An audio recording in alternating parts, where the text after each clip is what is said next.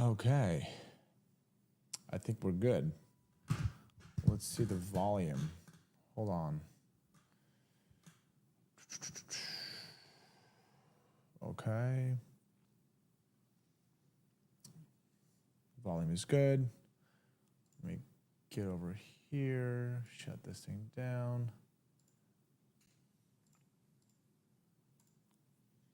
Okay. Okay. There we go. Okay, perfect. I think we're good. All right, what's going on, guys? How's it going? I think we are on. Is this thing working? Yeah, it is. Okay. Kaya Zafed, who names their son Kaya? My parents. What's your name? I freaking love my name. I don't need you to like my name. What's up, Kyle? How's it going, man? What's up, Brian? What's up, bro? I carry the OG Hellcat. I love it. Me too, dude. I like the Hellcat. I mean, they're good stuff, right? Loud and clear. Perfect. Sean, welcome, dude. I carry a Staccato P in a tier 1 holster. All right. That's good. You and Clint should do 1v1 in airsoft. I would love to do that. But you know what? We gotta find, not necessarily find time. We have to be able to, we gotta be able to schedule that thing, man, or else it's not gonna happen. Fishing Golf, how's it going, man? Hello from Nebraska, Trent. Let me start putting some of that stuff on the screen, by the way. Malcolm, wish I never got rid of my Canic. Why'd you get rid of it, man? Anna Wood, 6.8 SPC Spirit to 5.56, and the U.S. military should still adopt it for their IAR and this. Yeah, 277. Yep. That's what they're doing, actually. The 277, which 6.85 51. That's the Spear. So that's what they're actually doing. It is definitely superior to 5.56 for sure.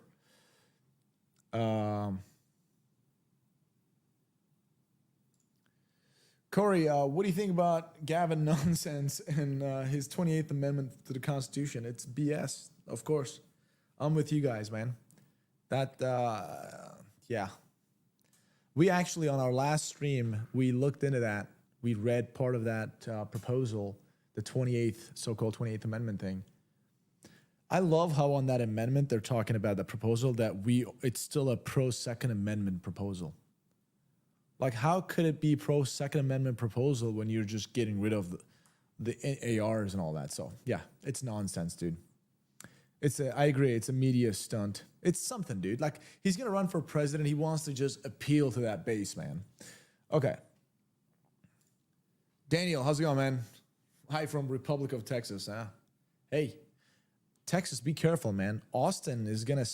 Hopefully not, but Austin seems to like it's going to flip that state, which would be insane for Texas. I hope we never see that day, but I feel like it's happening slowly. I feel like when it comes to Texas, it's a really red state, right? I feel like it's a great game played by California. Let's make politics so crazy, raise taxes and everything. Let our liberals flee to this beautiful state, Texas, and let's flip Texas to blue so we have 2 giant states that are blue so Republicans can never hold office again. I don't know. I just made that up. But, yeah, it's happening. Oh, we got a super chat over here. Let me look at that real quick. Oh, shit. Okay, there you go. Zami, who sent us $4.99. Thanks, dude. Really appreciate you. I mean, I said, dude, I'm sorry. I hope I didn't misgender you. Should my first 2 weapons be 2 pistols, pistol AR, or pistol PCC? Pistol and AR. Pistol and AR, dude. I know, right?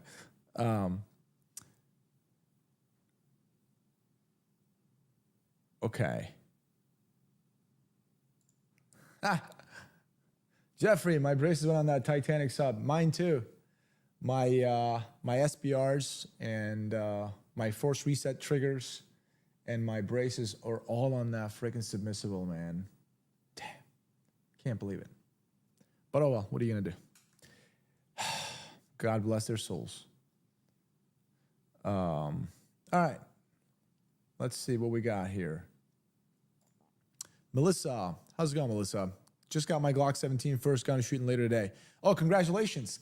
Why Glock 17 as your first gun? I'm curious. Dennis, hello from Kansas City. Welcome, dude. I'm going to try to read all of this. Currently carry TSOS 1911A1, Mr. Fix-It GA. TSOS 1911s are good, man. They really are good. Wait. Truth hurts. Mine are still on my AR pistols. I live in Kentucky. Good for you, man. Good for you. My EDC is a Glock 23 Gen 5 Mountain Gunner. Dude, I do have a Glock 23. I just wish I could show you guys. Like when I actually typed that title, what do you EDC? I had it in mind that I was going to show you some of my stuff. But then I realized, oh man, I can't show guns. I do have a Glock 23 literally right there. That's my first gun ever. It's a Gen 3. Yeah, it is Gen 3. Dude, it's not pleasure to shoot. I hate to say that. How do you like that Gen 5 23?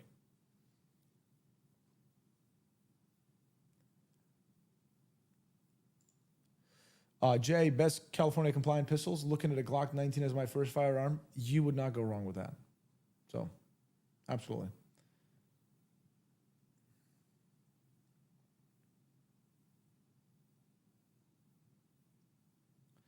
Okay, let me, by the way, guys, welcome to everybody. I'm trying to read the chat, and I'm trying to answer you guys' question. If I don't see it, please don't take it personally. Post again, and I will try to catch up. So I'll try to go up and whatever. Just, you can ask the same question over and over until I see it too. If I can answer, I will, yeah. Oh, J954, what's up, Kai? Hello from Gunshine State. My EDC is a Ruger SR9C with extended mag and extended grip. What's up, brother? Welcome back. Good seeing you again. I'm buying mine tomorrow. Can't decide between the Shield Plus, Hellcat, and 365. Any suggestion? Listen, they're all good guns. I personally have the Hellcat Pro. I like it. That doesn't mean you would go wrong with the 365 or Shield Plus. I choose the Hellcat Pro. Trust me, it's beautiful. Biker,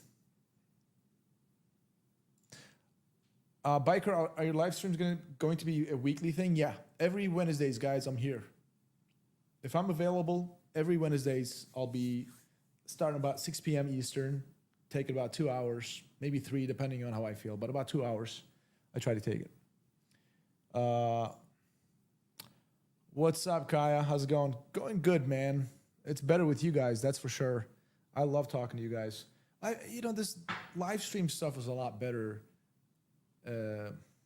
than the video. Like, okay, videos are obviously awesome. They're very necessary. But we get to engage personally on a personal level live. So I like that. I'm literally talking to you guys, and you guys are talking to me. That way you guys get to know me better because I'm obviously the newer member in the team. And I get to chat with you guys. Let's see what else we got. All right, I'm going to go all the way down.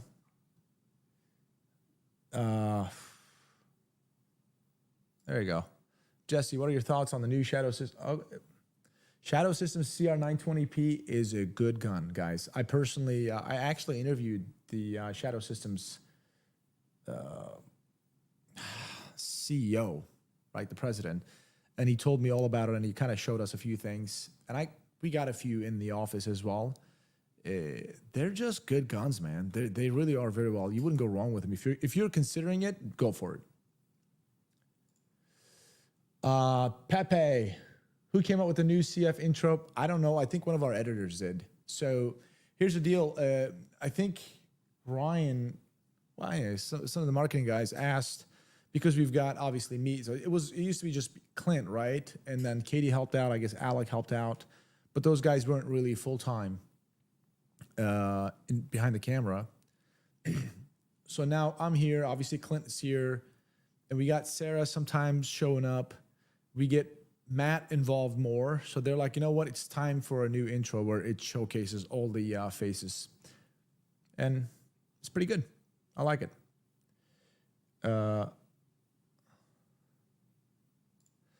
Did you see Brandon Herrera's testimony against the ATF? I did not. We should check it out together. Let me check out some of the comments, and then I'll look it up on YouTube over here, and we can actually play it together. Let's go. Let's go. Creedmoor or 6'5" Creedmoor, I'm assuming. Rebecca, welcome, by the way. Or 300 Blackout. Well, obviously 6'5" Creedmoor is a superior round. What do you want to do with it? 6'5" Creedmoor is a better round. Giovanni, what's up, dude? Welcome back. Good seeing you again, man. Really good seeing you. There you go, the dude. I carry a Shadow Systems CR920 Elite. It's solid. Yep. Great guns, man. Shadow Systems are awesome. All right, we'll do. There you go. Dustin, what do you think about the FN509C Tactical as an EDC? We just got it in the office, and I don't have much time with it yet. So I really don't want to give you this final thoughts. Seems nice, fine, but I don't have much time. Like, I don't have much experience with it. We just got it. All right, Keith, I'm going to look at it in a minute. I carry the OG 40 Shield. That's a good gun. Dude, I had that gun guy again. I had a Smith & Wesson Shield, M&P Shield in 40. I legitimately sold it to my sergeant a long time ago because the damn thing kicked.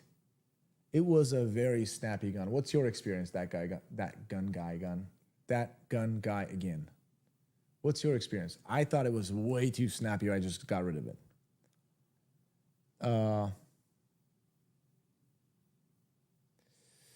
Giovanni, doing great, man. Glad to be here with you guys. What happened to Alec? I have no idea. I think he started his own company or something like that. Again, I never met the guy. I think he left months before I came. In fact, when I was with SAR, I came down as a manufacturer. He was still not there. Like, he had left even before that.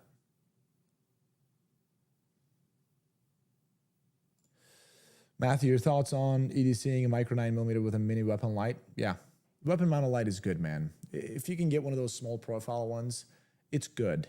I mean, for the most part, you're probably not going to need it, but it's one of those things, man. You better have it and not need it, and need it, not have it. So, Parker, okay, you live from Charlotte? Yeah, I live by North Lake, so you know I have to care. Okay, Parker, I live in Charlotte, and I don't know much about this place. I live right in Uptown. I used to say downtown. People would get mad at me. Right up here. Where's North Lake? I don't know. Yeah, hit me up, dude. I don't know where North Lake is. Let me know so I don't go there without my gun. Push Through the Life, $10. Thanks, dude. Welcome back. As always, we appreciate you. How's it going? How are things going with you? Let's see. Oh. All Light Polar Mini Pros, great weapon light for my Canic TP9. Rory, welcome back, dude. Good seeing you again. Let's see. There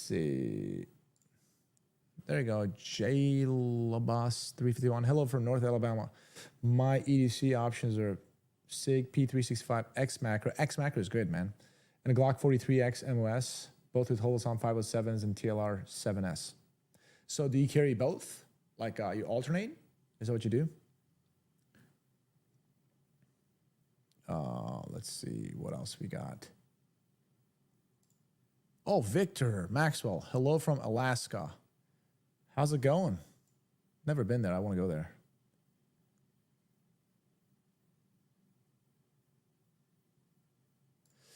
Really enjoy Sarah's live stream. Very different than just gun talk. I agree, dude. We don't just have to talk about guns. Matt gonna have live stream too? No, guys. Matt is not the video team like he's obviously part of our team, but he just kind of helps out when needed, kind of thing. Matt runs the warehouse, man. The man is busy, so we are thankful that Matt actually comes out and helps us out. Going good. I carry my Hellcat Pro. There you go. That's what I'm talking about. Me too. Hellcat Pro, man. That's what I do. The Hellcat Pro just shoots really well. Feels really good in the hand. 15+1 capacity. 16 rounds. Nice and slim. Looks good. Decent trigger. Good defensive trigger. Love that.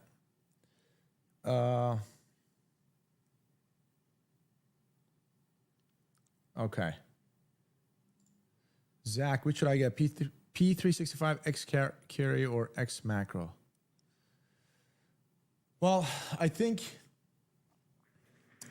X macro obviously will give you more capacity, but that grip does stick out. It does print. So probably X carry.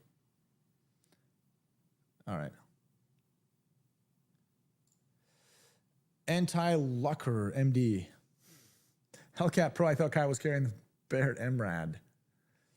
I should, though. I really should. Just the bolt part of it bothers me, man. Gotta just one at a time. I like to just dump mags. Barrett MRAD, man. If you guys haven't signed up, anyways, cfcontest.com. Maybe you guys should go there. Sorry, I gotta talk to you guys like I'm a drug dealer because I really do have to kind of navigate around certain things. So CF Contest. Definitely check it out. So, I don't know, somebody said MRAD.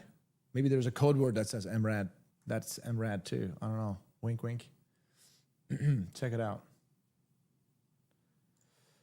Melissa, what's your opinion on the 17? I love Glock 17. I literally carried Glock 17 on duty when I was in the bureau. Great gun. Just Gen 5 though. Great gun. Jeffrey sent us $5. Thanks, dude. Appreciate you. 2011 DS 1911 topic, double stack. Top pick would be Atlas, Staccato, or Phoenix Trinity. Why?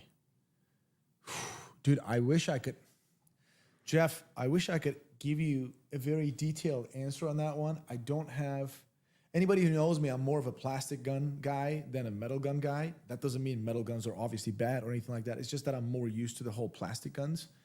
So I don't have much experience.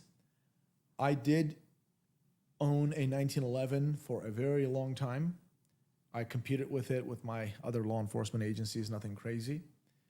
So when it comes to brands, dude, I really couldn't give you, I couldn't compare those because I don't have much experience with Phoenix Trinity. I have some with Staccato. Atlas, I don't really have much, just a little bit.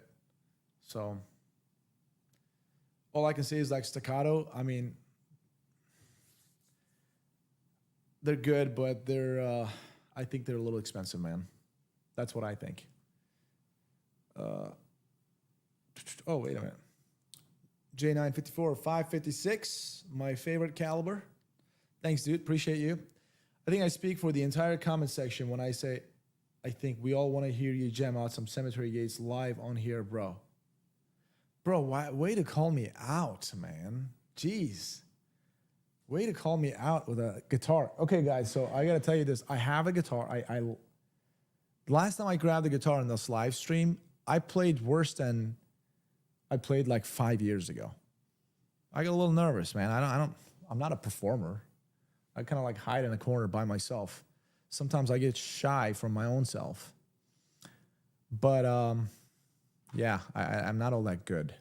I could play a little bit. I could play for July 4th, I'm going to play the Star Spangled Banner, that's for sure.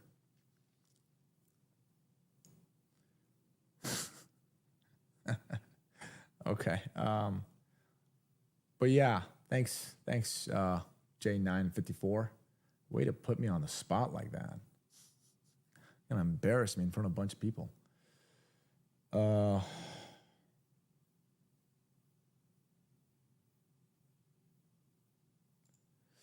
Mountain Man, when is anyone going to produce and holsters for the new Beretta Cheetah? Good question. What was that company that Clint introduced me to? The great guys at Gundy's. I think Alpha Omega. I think those guys make some good holsters, but I think they've got like limited inventory. Alpha Omega, yeah, those guys are pretty good.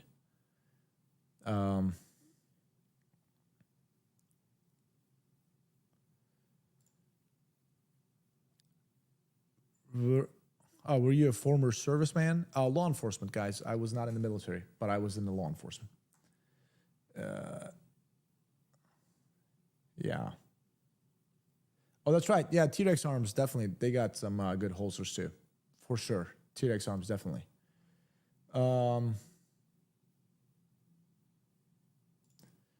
Trent, Kai, if you had neither, would you want a 300 Blackout on first or AR-57 for mainly recreation? Man, that's a hard question. That really is a very hard question because I love the whole 300 Blackout, like little short barrel rifles. But AR-57, if anybody hasn't fired it, it is a pleasure to shoot. For recreation, I'm going to go with AR-57. For sure. That 50-round mag, it's obviously got the full, like a regular AR, right? And it's butter to shoot. So I think I'll go with that. Yeah. Good question, though, man. I love the AR-57. Let's see. Thank you, Malcolm. Appreciate it. You're one of the few. I keep getting those the Fed boy comments from some of the folks. Kaya is a Fed. Yeah, true. I was. I'm not anymore. And by the way, I am absolutely proud of my accomplishments, folks. Some of those comments aren't gonna change the way I feel. If I let other people's comments dictate how I felt, bro, I would probably kill myself when I was in law enforcement. When I was in law enforcement on the streets, people just looked at me in the face and cussed at me every day. Everything you can think of, that's what they did. Well, guess what? We showed up every day, did our jobs, got the stuff done, went home. So, anyways, moving on. What else we got? Oh, yeah, we were going to look at the, what was the name? What was his name? Brandon Herrera, right? Brandon. What was that? Did you say Guns and Gadget? Is that what you said?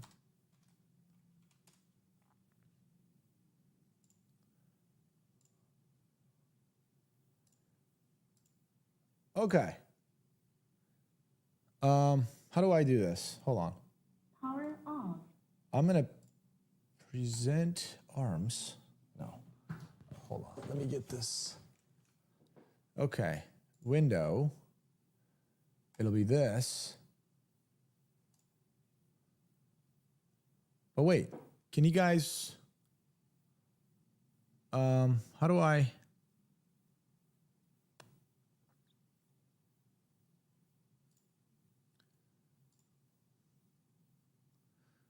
hold on, let me do this again. I'm trying to share the audio as well, guys.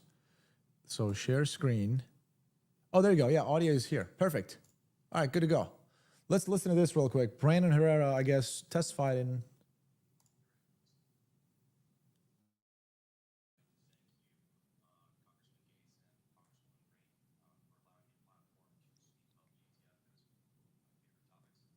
Thanks, Chris.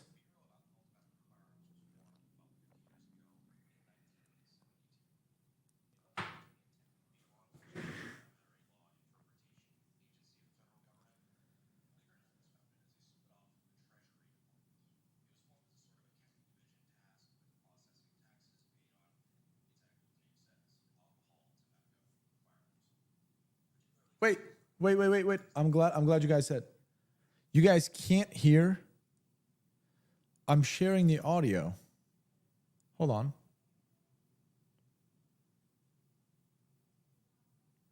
Hold on. Okay, I've got.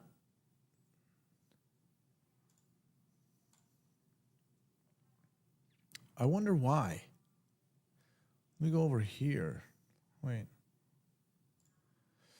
Guys, I don't know what to do because this is actually fully, I got the volume up and it says,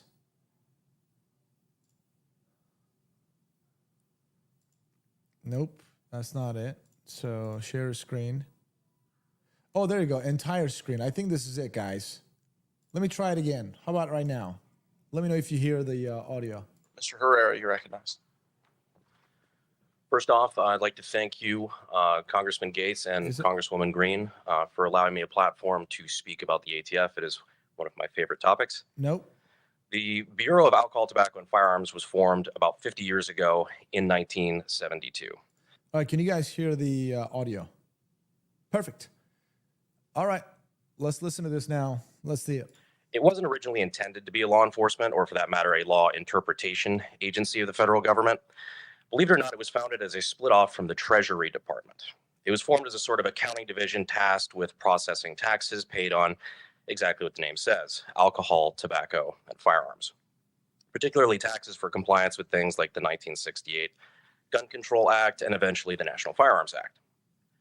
Much like many other divisions of the federal government, it did not take long for the ATF to grow and operate well past its original purpose. Less than 20 years after it was founded, we had the Ruby Ridge standoff with armed members of the ATF and FBI in 1990, followed closely by the wake of... I promise you I wasn't there, guys. Please don't ask me if I was at those locations. I wasn't. ...siege in 1993, both of which resulted in high-profile civilian casualties by the ATF. This was a high watermark for the ATF in terms of being like a violent task force of sorts, as it was quickly determined that their actions were not only morally and legally questionable, but also a bad look for public perception. This was not the end of the expansion of the ATF's duties, however. The modern tactic that the ATF is exercising is expanding definitions of previously passed laws to include new things not covered in said laws. You see, the ATF is not a legislative body. It is not Congress, and it cannot make new laws. But in changing or expanding definition of laws already passed by Congress, they're essentially legislating. You see, even though Congress recently tried to reverse the ATF's ban on stabilizing pistol braces, a bill that failed, the ATF did not need any such bill to implement the ban on them in the first place. They simply made a decision to redefine them as SBRs, or short-barreled rifles, and therefore regulated by the NFA, violations of which are punishable by 10 years in prison. How the hell can repealing a ban on something require a literal act of Congress, yet the ban itself did not require a bill to go before Congress in the first place? Another way the ATF has been expanding its authority is by targeting legal federal firearms license holders, or FFLs, such as gun stores, gun manufacturers, and so on. Now, the ATF is permitted to perform audits on FFLs to ensure compliance. They supposedly want to make sure that the FFL holder is not violating the law and is keeping the proper paperwork. However, in the past few years, this has been weaponized against FFLs and the gun industry as a whole as a way of shutting down otherwise legally compliant FFLs. What was originally intended to be a measure to stop rogue gun dealers from operating outside of the law has now, under the Biden administration, become a tool for federal agents at the request of their superiors in D.C. to shut down gun stores and manufacturers for simple clerical errors in paperwork. Rates of FFL revocation are up drastically, as Biden's new zero-tolerance rule has caused many innocent gun stores to close, guilty of only minor paperwork errors on forms attempting to comply with the law, as we've heard here today. I'm personally also an FFL, and I have little doubt that because I'm here willing to talk to you about this publicly, I can expect my audit to be coming shortly. But as FFLs, we shouldn't have to be worried about taking political stances against the ATF for fear of targeted backlash. As gun owners, we shouldn't have to worry about new gun laws who have the ability to turn law-abiding citizens into felons, especially without an act of Congress. That is why the ATF has to be reined in from the top, not only for the sake of gun owners across the country, but also to set a precedent and remind other government entities that they are not allowed to play by their own rules. Thank you for having me here today, and thank you for all the work that you're both doing to stop this weaponization, and we're happy to take questions. Wow. Mr. Herrera, you're right. Yeah, that was very good, man. Well said, Brandon. Like, very well said. Those are some good points. Yeah. Well, I mean, unfortunately, things happen, guys, and this will never stop. This will continue this way. We'll see what happens with the next administration and how much damage is done until then. And we'll see what's going to happen with that. Well, Biden is going to be running in 2024, so yeah, we'll see what happens. Anyways, moving on. Let's see. People views would change instantly if we just explained everyone that an AR-15 is not a full auto, high-powered, laser-guided nuclear tank bus. It's a 22 cal rifle. So, Patriot Warrior, good comment, man. So, I'm in Charlotte downtown, so I meet some people here too, but I'm from Chicago and I lived in downtown Chicago right before I moved here. So, of course, I'd have my neighbors and I'd meet them. A lot of them are liberals, like really liberals. And we would sometimes engage in this conversation. Most of them have no clue what an AR-15 is. They have no clue about guns. They just hear what they hear on the news and they run with that. But one of their argument is, in fact, I've got a book over here, which where did I put it? Hold on. I'll get that in a second. One of their argument is like, the biggest one is like, well, it's a more powerful round that is capable of killing faster, and you'll have more rounds, easier to shoot. So they've gotten that part right, like as in the capabilities of a AR-15. You know, AR-15 is just going to deliver, obviously, a more lethal rounds. Like a 5.56, obviously, is very fast and you can shoot more, whatever. But that's not the point. So what? That's my right to own that thing. That's what I say.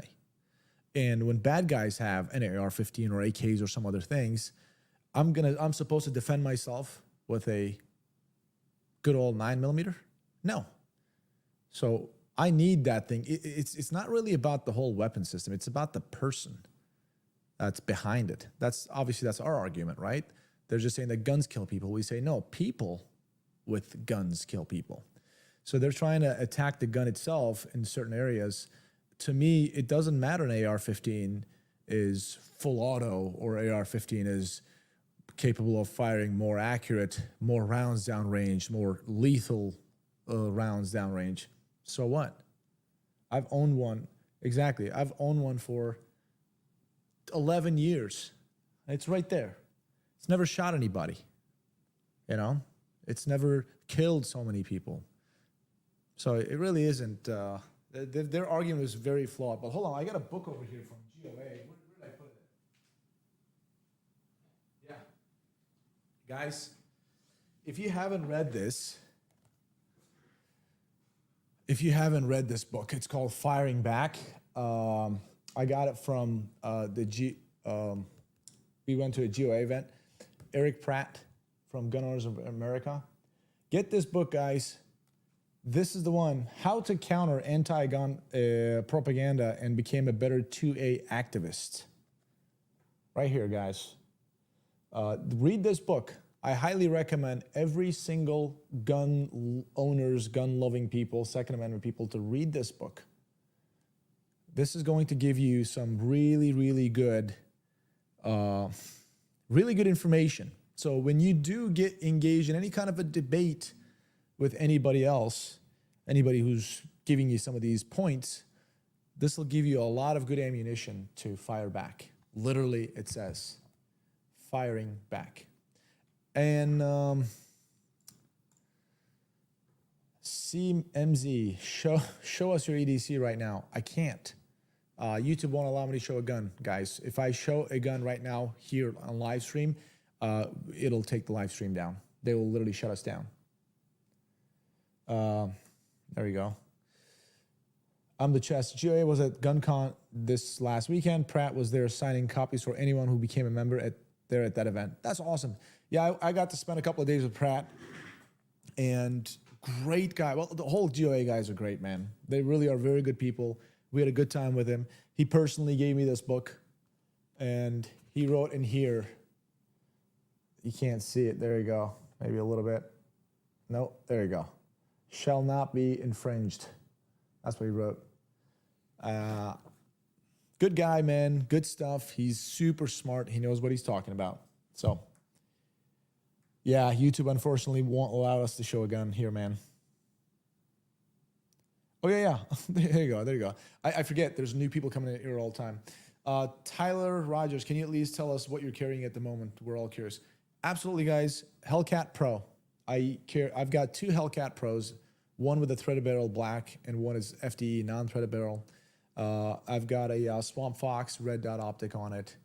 It's a great gun, man. 15 plus capacity. I carried the, I wish I could show you guys, man. Damn it. I carried the XDS, Springfield XDS for 10 years. Loved it. Decent capacity for what it is. Older technology, but good stuff. And I switched to Hellcat Pro. I know some people give Springfield shit because the XDMs, I guess, had issues in the past. Not the XDSs that I know of. I've never had any issues with mine. So therefore, I moved on to Hellcat, which was a better option, more capacity, and just felt better in my hand. Absolutely. Take a picture and show... Dude, no. Take a picture and show it. Go around it. I don't want to piss off YouTube. Like, I'm taking a picture. Here it is, guys. I feel like you're poking the bear. I believe I've shown it in a couple of videos at the office. Yeah. What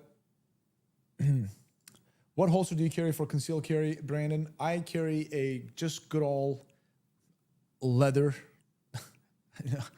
Now, that's not the best option. I agree. You want some retention, so some Kydex would be good, and that's what I'm going to do now. Honestly, I talked to Clint about it, I think a month ago or so, to hook me up with some of the guys that he knows at Alpha Omega and get a holster made for me. But I mean, we've gotten busy. I forgot. So I carry a good old custom leather holster inside the pants for it. Let's see.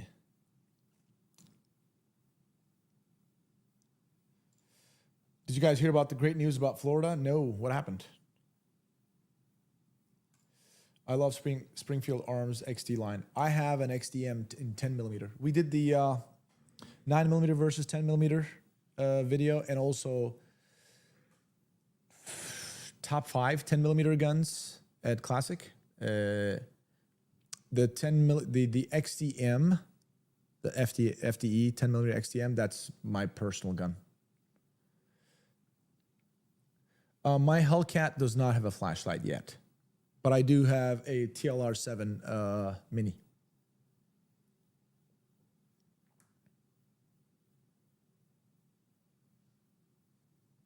All right. Leather's fine. I carry some same G26 and Galco leather inside the waistband for the last 11 years. They are fine, but I'm going to be honest with you, dude. You need some retention, man. You get into some fight, you start rolling around, that thing will come off you. It does. It has with me. So you want some retention. I will be the first one to admit that I don't really carry... Leathers are incredibly comfortable. So that's obviously important. But I don't know if it's more important than retention. Iron Phoenix, any experience with core? Dude, you're literally, it's so funny you're asking me that right now. I just placed an order, that's crazy. It literally arrived today. I haven't even picked up my package yet. I just bought a Core EDC belt, a black one. It's so funny. What are the odds, huh? It literally arrived today, delivered. I haven't even picked up from my apartment yet.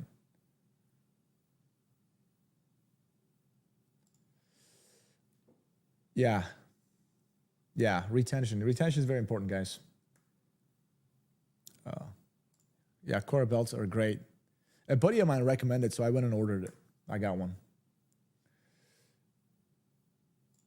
Christopher, I'm debating between the Hellcat or a P365 or MC9, obviously I will be telling you Hellcat Pro because that's what I have.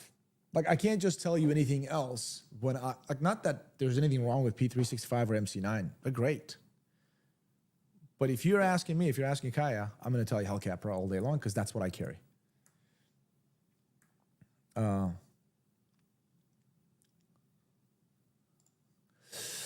Is there a practical case for revolvers in the modern landscape?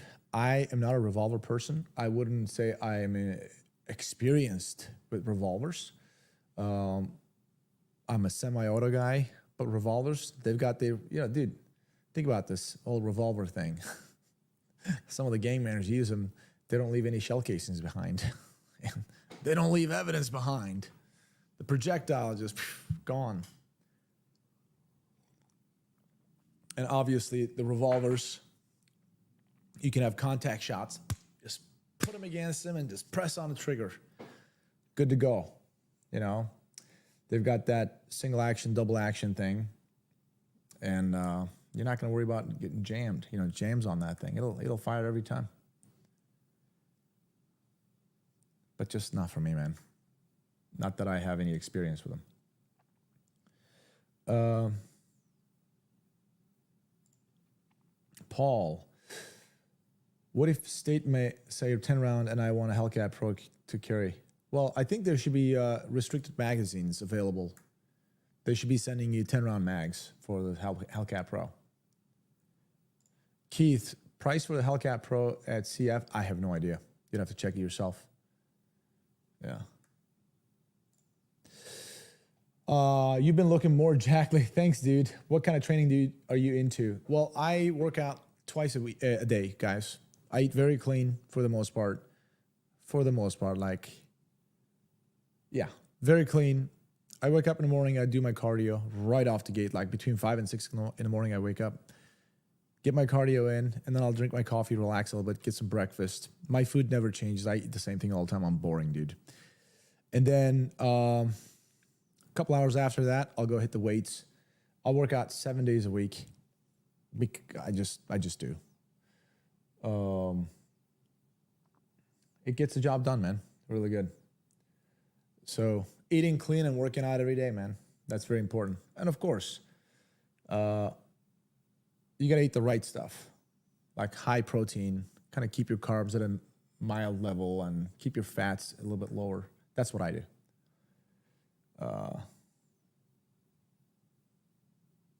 What else?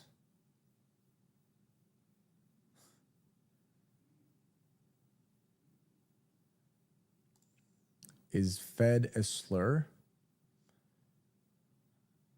I don't know. I don't think so. Let's see. Oh yeah, G-code. Fuzzy Kydex holsters are a decent compromise. Yeah, G-code actually have pretty good holsters too. I actually use G-code belt and some mag pouches and stuff. Very good. I love my G-code belt setup. All right.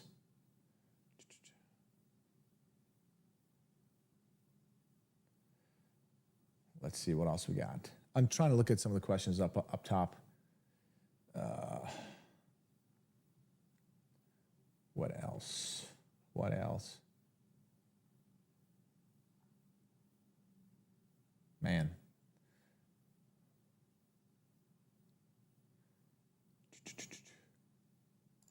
Rory, what are your thoughts on the Springfield XDS 45? I fired it a few times, a little bit snappy, so I didn't really consider it. I went with 9mm, more capacity. So better recoil control, more capacity, lighter gun. So that's what I went with. So XD5, if you're a 45 guy, I mean, fine, but I prefer that 9mm. Mick, so are you still with SAR? Oh, no, dude, geez. I've been with Classic for 6 months now. In fact, 7 months now. I left SAR. Well, I was contracting with SAR, by the way. I was never an employee. SAR asked me to be an employee. I was like, nope. I contract, I provide you my services, and you pay me. That's what it was. So I contracted with SAR for a year. I ended my contract. As soon as I ended my contract, Classic asked me to work for them. That's right. Everyone, drop your EDC in the chat. That's right. Let's hear it. What's your EDC, guys? I'd love to know. And what do you like about your EDC the most, and what do you not like?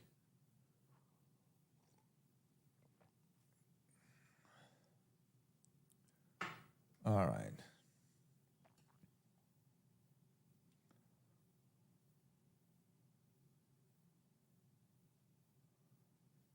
What? Prizzy, what non-firearm do you carry in places like airports and schools? I'll be honest with you, I don't carry anything at airports. I carry these. That's cheesy. No, I don't carry any kind of a weapon on me at the airports. I don't remember the last time I went to a school. Oh, cool. What do you think about the SAR 9 with the bolt on red dot? What do you mean? SAR 9s are good guns, 100%. I will always say it. I love it. I don't own one. I've been wanting to get the SOCOM. That's a gun I really like. SAR 9s are good, man. One thing I would say, the quality control on the consistency, like the triggers and some of the fit and finish, consistency isn't there. But nothing that affects its functionality, right? But the gun itself, grab and dump mags, it'll work. Take it to a war. So I'll always say that. Just because I left him doesn't mean I'm just gonna be not honest. That's just true. The bolt on the red dot, I don't understand that part, man.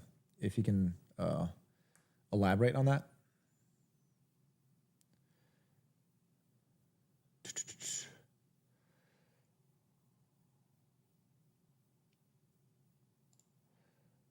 Dragon Slayer, what are your thoughts on the Beretta?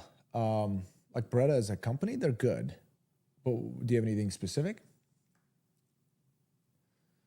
Yeah, Bill. Brandon definitely did a great job. Brandon Herrera. Dude, Brandon Herrera is like, I never knew. The guy is like, what, 25? 26 years old? I thought he was my age.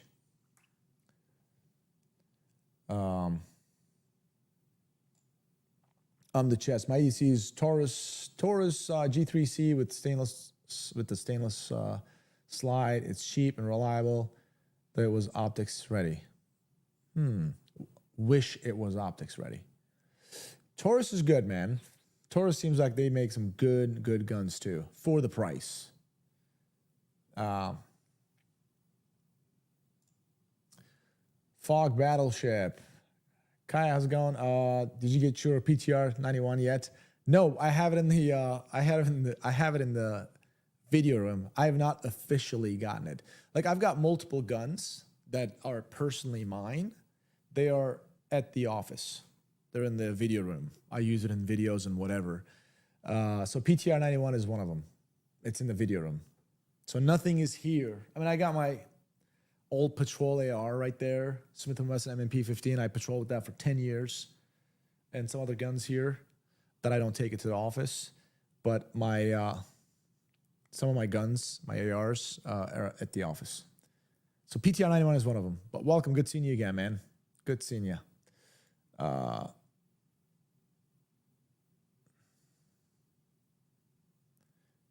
Let's see. What else? Oh, so Brandon Herrera is 27? Okay. Still, I thought, guys, I'm going to be 40 in about just a few months here. I'll be 40 years old, and I really thought he was about my age. Apparently not. And by the way, what do you guys think about my shirt? I forgot to show it to you guys. Oh, let me get rid of this thing. There you go. Boom. See that?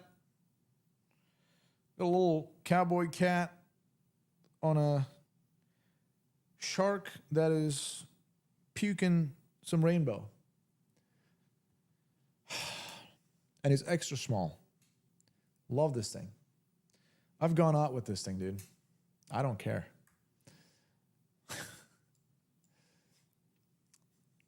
No. It's rainbow, dude. Come on. It's rainbow. Shark is just puking rainbow. With a cat. Does he have a gun in his hand? Oh, you know, that would be cool. If this cat had a gun right here in his hand. A little 1911. That would be awesome. It really would be so cool. Oh, well. What else we got? Yeah, that's right. All right, we'll stick with Fog. We'll just call you Fog. Wait, Iron Phoenix, any tips for securing a rifle in a vehicle? Okay, what kind of car? What do you have it for? Are you just traveling to and from a range, or are you actually patrolling or driving around with your gun? I mean, your car, and you want something that easy access for self-defense? What is it for? Alex, how's it going, man? Going good over here. Going good. Just hanging out. Good seeing you. King Scorpion, what do you think is the best 40 cal? Oh, man, that's a hard question. There's a lot of great ones out there. Looking to get one soon. Okay, what I can tell you is I carried the Smith & Wesson M&P 40 as a patrolman years ago when I was a local cop. It was great. Got the job done. I never had issues, maybe a couple of feeding issues here and there. I think that was just magazine related. And then when I was a trooper, I carried the Glock 22. So the reason I give you these, like there's other options, and the reason I'm just coming up with these first, because I have personally carried them for years, and I've depended my life on them, and I fired thousands of rounds through them. They worked.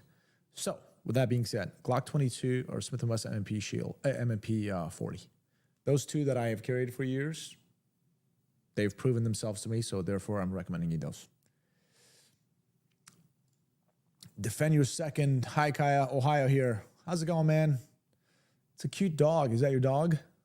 Man, that's a beautiful dog. Not even cute. Yeah, that is a beautiful dog. Man.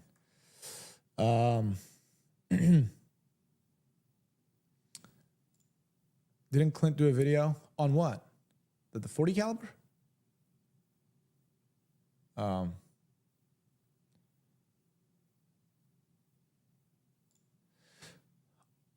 Sip Boy Outdoors, what's your personal opinion on AR-600 body armor for truck plate carrier? Dude, did I check that one out? I don't think I have much, I don't think I know much about that, dude. I mean, I can't remember if that was it. Yeah, I don't know. I don't know much about that. I'd have to look into that. I mean, AR-500s, obviously, I've personally carried them. What's the difference?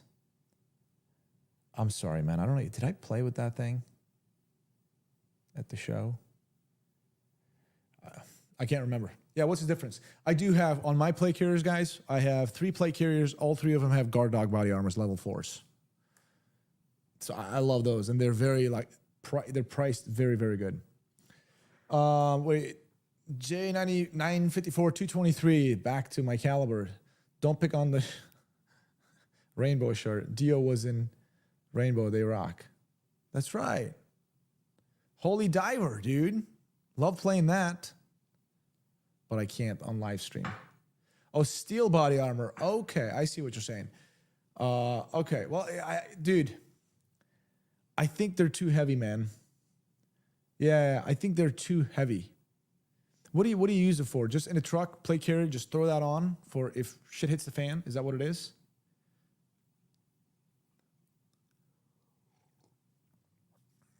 Like, what is it? What are you using it for? I personally think it's too heavy. Okay, I remember now. On duty, I actually use steel plate carriers for my rapid response kit. Like on top of my soft body armor, if we had like shots fired, some really high stress, like high profile calls, like high risk, we call them, I would throw that thing on. Man, it was heavy, man. It would limit my movements. Like it was, yeah, sure, if I took a round, I'd be fine. But it was really preventing me to do certain things that I needed to do. Oh, 600 is supposed to be lighter. So again, I don't know anything about it, but it's steel. It's too, I mean, what I had the AR-500 plates, and I thought they were too heavy. If 600 is lighter somehow and gives you the same protection, but like significantly lighter, then sure. But if it's anything close to 500, man, I thought it was too heavy. Sounds like he's just trying to armor his vehicle. No, dude, he just talked about a plate carrier. Yeah. I wish I had, dude, I wish I had my plate carriers over here so I could actually show them to you, but they're all at the office. No, they're actually, a couple of them are in my car. Dude, get yourself a nice level 4. I mean, not even level 4 plus. Where are you going? Who's shooting at you with what? But nice level 4, a ceramic. Get the job done. I mean, if you have not, I mean, some of you guys probably have. If you have not walked around for some time with a plate carrier and a rifle in your hand, you will understand then, like if you have done that, you probably understand how important it is to be light. Yeah, so you really want your rifle to be light. You want your plate carrier and all that gear to be as light as possible while still being effective. Or else, I mean, you can get, don't think this, guys. So you get yourself a rifle, you set it up. Okay, it's a little heavy, but I can hold it. No. The real test is hold it, actually go out there for an hour or two, actually train with it. You'll understand, holy crap, this rifle is really heavy. I need to lighten it up. Same goes with a plate carrier. Put that thing on you. Oh, yeah, it's fine. Yeah, it's not too bad. No. Getting in and out of a car, run with it. Do some obstacles with it. Do some run and gun with it. Then you'll understand, holy crap, this thing is heavy. I need to lighten it up a little bit. So,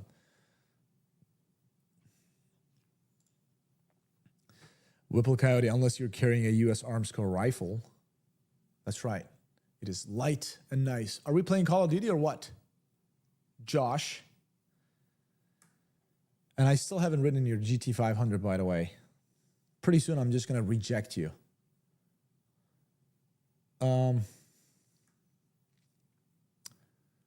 Tarkov. Dude, I don't know how to play Tarkov, man.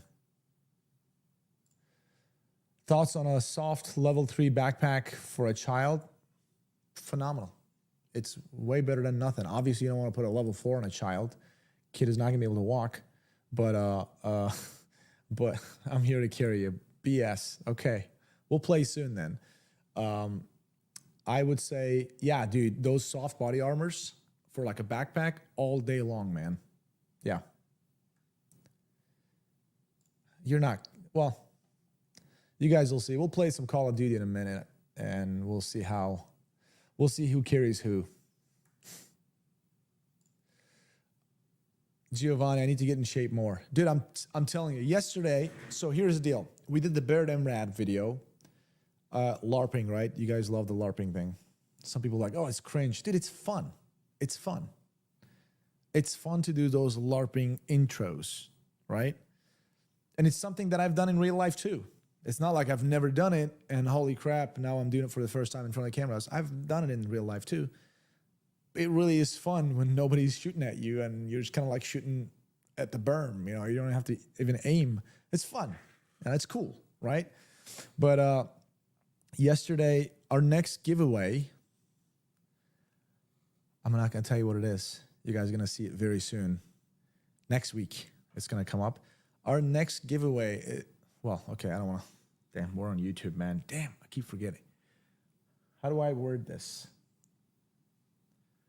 Well, there's a gun that we have at the office. I love that thing, and it's going to be, you guys are going to see what that is very soon.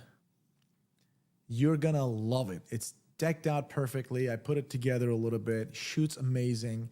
It shoots a larger caliber than a 5.56 or 7.62 by 39. And we did a LARPing like intro for that one too. I don't know how it's going to turn out, but we kind of did a couple of things. It should be fun. So check out Classic Firearms. It'll be up there next week. You're going to love it. And it's a really good gun. I think you guys are going to, you should, in my opinion, check out CF Contest. Zombie, I can't tell you. Zombie Tactical. I don't even think I can use the word giveaway anymore, guys. So with that being said, cfcontest.com. Kai, did you see my reply about the Shepherd? Oh, no, I didn't, dude. I'm sorry. I apologize. Let me see. I'm going to go up there. Wait, let me see if I can. I don't see it.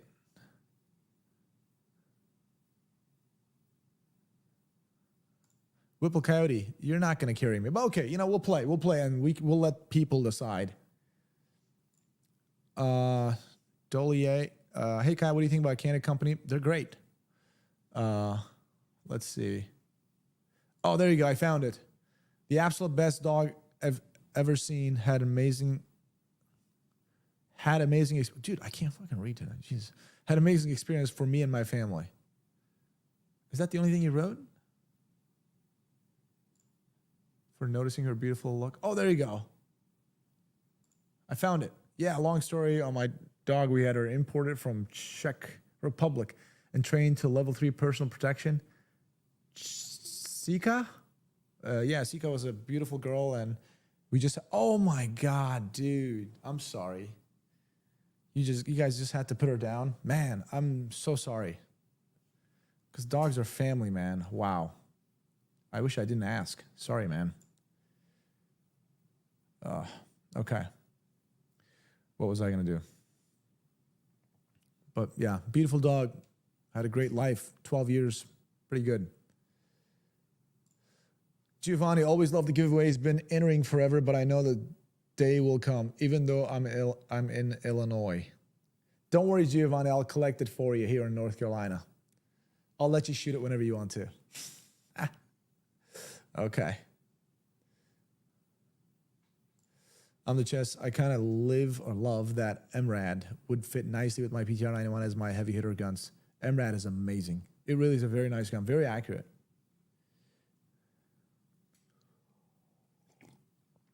There's a good question. Guys, you guys can ask me questions about law enforcement stuff too.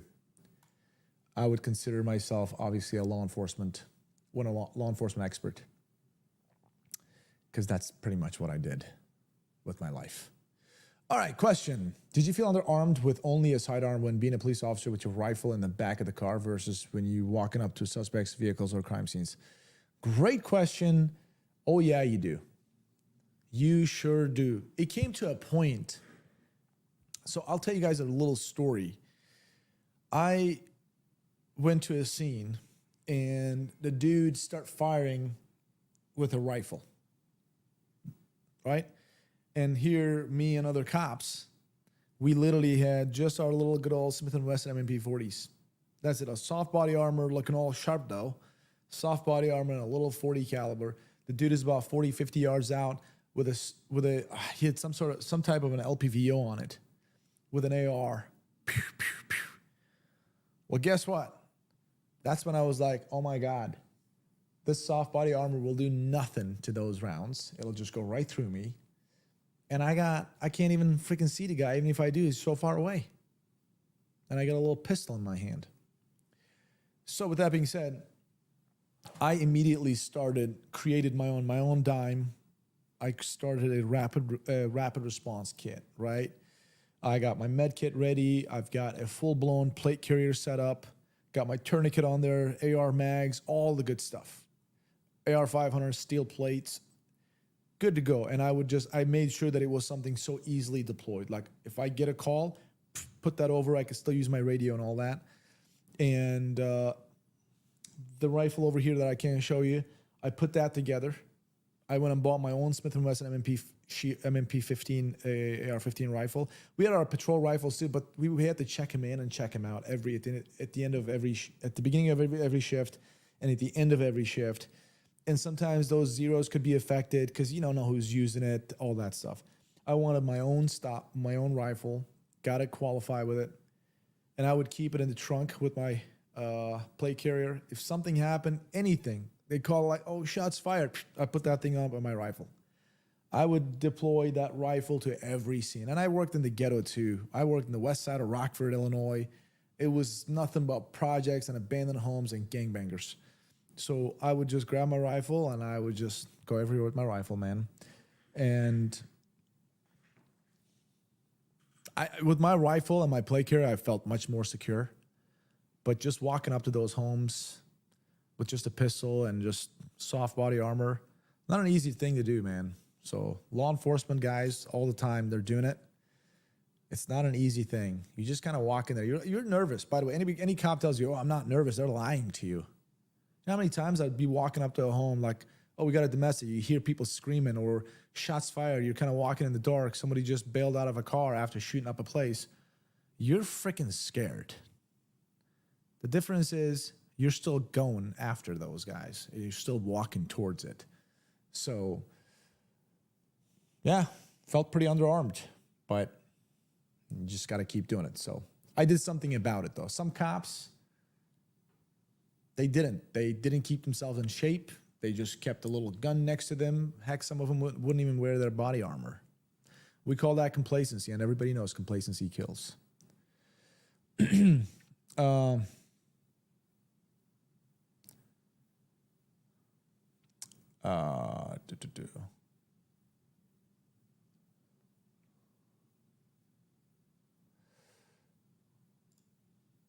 How many mags did you carry? On my plate carrier for an AR-15, I had 3 of them and had 1 on the gun. And I had them all topped off to 28 mags, 28 rounds. Now, here's the deal. Rockford, Illinois, we had a policy. We used those little orange polymer tip 5.56 rounds. Oh, man, I can't even show probably bullets, too. Never mind. Polymer tip 5.56. They're frangible. They don't over-penetrate at all. That was the policy. I 100% broke that policy, and I'm proud of it. And I would even tell my supervisor, I'd be like, just to let you know, if something happens, you guys fire me for this, fine. But I'm carrying at least a mag of full metal jacket. And I would. I had 2 mags of department authorized ammo, which is the frangible polymer tip. And I had 1 full mag of 28 rounds of full metal jacket. Because if anybody took cover, which pretty much everybody does, those frangible rounds, like the polymer tips, they will not go through anything, even a 2x4. After go through a 2x4, they just kind of like disintegrate. So I would just use the full metal jacket. So in case something happened, I just deploy that full metal jacket. Yeah.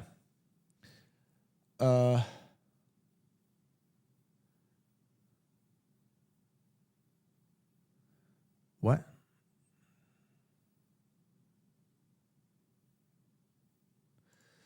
A zombie tactical, I honestly don't understand what you're saying.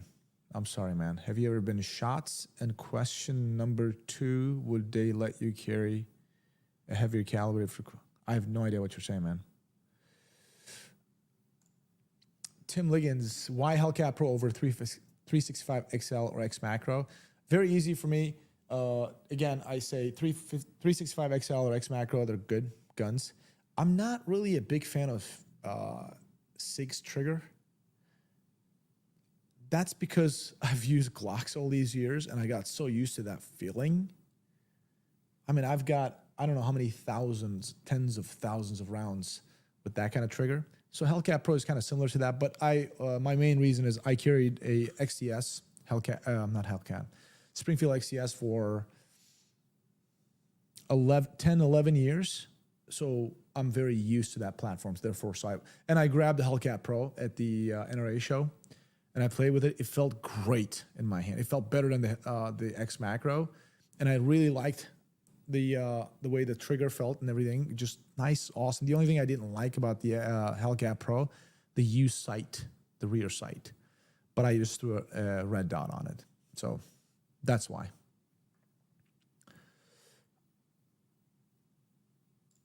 Zombie wanted to know if I ever got shot on duty. Shot at? Yes, not shot though. Thank God. Got lucky. I got lucky multiple times, man. I promise you guys, I can't just sit here and tell you guys, oh, I'm alive today because I was just this badass cop who just overcame everything with my training and experience and my tactics and my sixth sense. No. Multiple occasions, the gangbanger was like, you know what? I don't want to kill this guy today. And that's why I lived. So, I mean, some, of course, I saved myself when they wanted to do that. But some, they just didn't want to shoot me. Patriot, thanks for all you do and did, brother. Not easy being a Leo. Much respect. Thanks, dude. Really appreciate you, man. Thanks a lot. I don't hear that often, man. When I was a local cop, I remember the Ferguson thing happened. You guys know the Ferguson, Missouri, the Michael Brown thing. And I remember I'd be just patrolling, literally walking, driving, or just simply on foot patrol. And people would be like, don't shoot, out of the blue. I'm just walking. I'd be like, dude, what's wrong with you? Don't shoot, don't shoot. That they're pulling all that hands up, don't shoot thing. A lot of people are just talking so much crap. That is when I started to see more people would come to me and be like, thank you for what you do. Thank you for what you do. And it was those people that was making me keep going, because there was a lot of hate on the streets. And obviously now at Classic, I do read some of the comments sometimes. Some people just like, oh, he's a Fed, he's this, he's that. Yeah, I find those comical, in my opinion. And I know it is a very small percentage of folks who watch Classic Firearms, a very, very minute, small percentage hate on me for the whole Fed thing. I find that pretty comical, and I find that extremely close-minded. You have no clue what I did as a Fed. You have no clue what I did as a Fed. For some reason, people think that as a Fed, I just kicked in some church doors and disarmed people. I've never done such thing. My thing was nothing but national security stuff. I dealt with foreign governments, guys. That's all I did.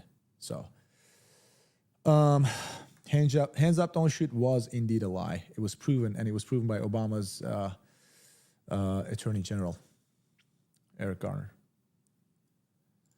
What's your ethnic background? I always ask when I don't recognize common names. Mine is Rolando, and get questions all the time. Oh, of course, yeah, man. I was born and raised in Turkey, and right after high school, I immigrated to the United States. I'm almost 40, so I've been in the U.S. about 20 years now. Almost 20 years. Not yet, but almost 20 years. Hey, do they train to shoot? Did they train you to shoot dogs in Fed school? I was an ATF. First of all, my friend. But I'll tell you this. There's always contingencies, right? When you do your ops plans, you try to know what's out there. Like when you go to a house, you want to know what kind of systems they have. You do your plans, you're going to points of entry, points of dominations. What are some of the risks and danger areas and all that stuff. Dogs are entered into that sheet as well. And how do we take care of those dogs? I promise you. They're all entered in there. Poor dogs. But no, as a Fed, I never encountered any dogs. I never saw anybody do anything to dogs.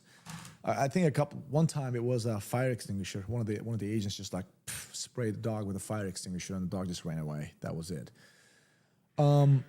When I was a local guy, when I was a local police officer, if you guys don't know about a dog story, which was so sad.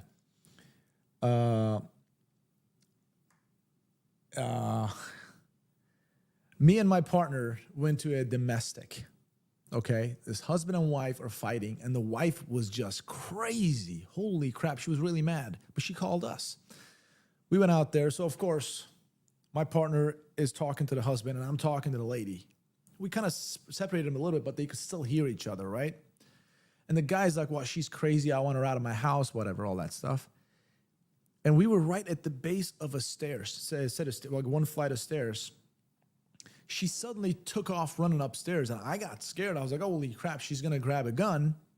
Like she's running into this room. She's going to grab a gun and come back and shoot at us, right? So as soon as she took off, it happened so fast, she opened the door at the top of the stairs, which was just pretty short, and a German Shepherd just came out of there. This dog. And she's like, get him. And I immediately ran back because dog is coming at me. And dog, for some reason, skipped me. I was kind of out of the way a little bit and went and grabbed my partner right in the right butt cheek. Okay? Literally just like bit him. But it was his wallet. He had a wallet right there. So the dog just bit him right there. The saddest thing happened, unfortunately. And yeah, the partner just grabbed a gun, just pop. The dog was just like trying to tear him apart. Yeah, that was a sad one. So that was my little dog thing that I was a witness to, let's just say. But yeah, so anyways, she got arrested. She got arrested for the dog's death and everything too. Let's see. J954, the more popular you become, the more haters you'll have. F those people, keep doing your thing. Thanks, dude. I appreciate you. I promise you, the comment section, dude, if I could let those, like, if those people could influence what I do, man, life is a lot harder than that. Some idiots on the comment section saying stupid things. I want to know, I would love to know what accomplishments they have in their lives. I really would love to know. Some of those haters just talk shit on the comment section. I would love to know what they have accomplished. I don't know. Maybe they've got a lot more than me, but I'd love to know. I guarantee, I put my life on it, that those guys are just a bunch of losers, man. They've got no accomplishments. They're just hating on because they're so jealous. Yeah. Oh, what is your end of world caliber? 5.56. I'll carry more. Got pretty good ballistics. 308 is pretty good too, but 5.56. Definitely 5.56. Samuel, getting into concealed carry game, getting after as Canik TP9 Elite subcompact. Good option for a budget carry. Oh yeah, absolutely, yeah. Canics are nice, definitely. Rooftop Korean, you can't get punched in the face through the screen. That's right. That is correct. That is correct. Whoa, what was that? There was a question. Did I just?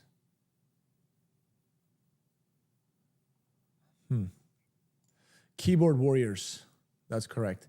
No, I don't understand. Well, a lot of comments are coming. Like, you guys got to understand how it works at Classic too. Like, Matt makes a video. Like, if we do technical videos, because I'm not the technical guy. Would say I'm the tactical guy, but I'm not the technical guy. When it comes to nitty gritty stuff, all the technical and pieces and the head spacing, the bolt head, the barrel, I'm not that guy. I'm learning a lot more, but I'm not that guy. So Matt at Classic is that guy. He likes the technical stuff, but he's not a tactical guy at all. But he's all the technical guy. So what we do is in a video, even if I am knowledgeable, like the most recent video we did, suppressors, right? I know a bunch of things. I learned a bunch of things at Classic suppressors, and I've done some research, whatever. We try to make it more interesting for you guys. So I generally play, when Matt does a technical video, I will play the newbie guy. It's literally an act, right? I'm like, hey, Matt, I don't know anything about this. Can you teach me? We try to kind of like put on a show like that.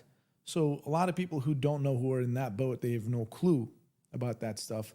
So they observe a conversation between Matt and a person who doesn't know anything about that and kind of talking about it, a discussion, as opposed to just one person looking at a camera and just talking about stuff.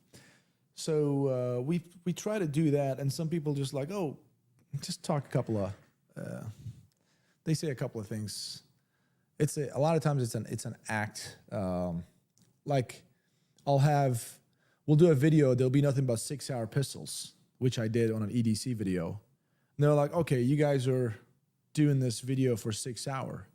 No, we try to, anytime we do a comparison, we try to keep it apples to apples. So we try to make it as fair as possible. Ever since I've been at Classic, we have not done a single sponsored video. I've not done a single sponsored video. We try to pick certain companies to make things apples to apples for you guys. Oh, beast mode. No, I didn't. What did you say? I'm sorry.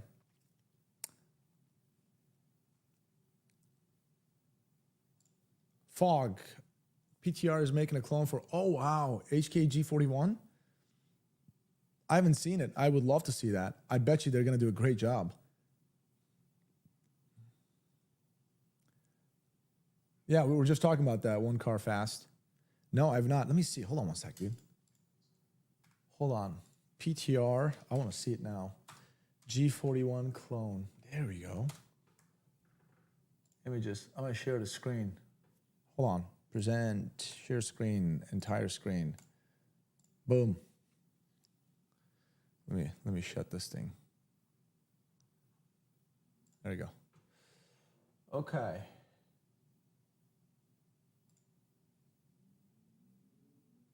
That is good.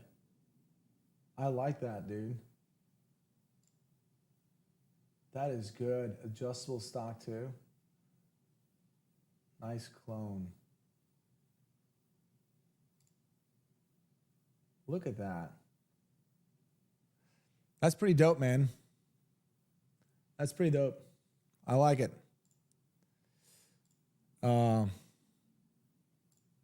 Pepe, do you work out at Planet Fitness? Are you asking me that because I'm wearing the C-shirt? It's got a rainbow and all that stuff. Be honest. With my little cowboy cat and a shark. No, I don't work out at Planet Fitness.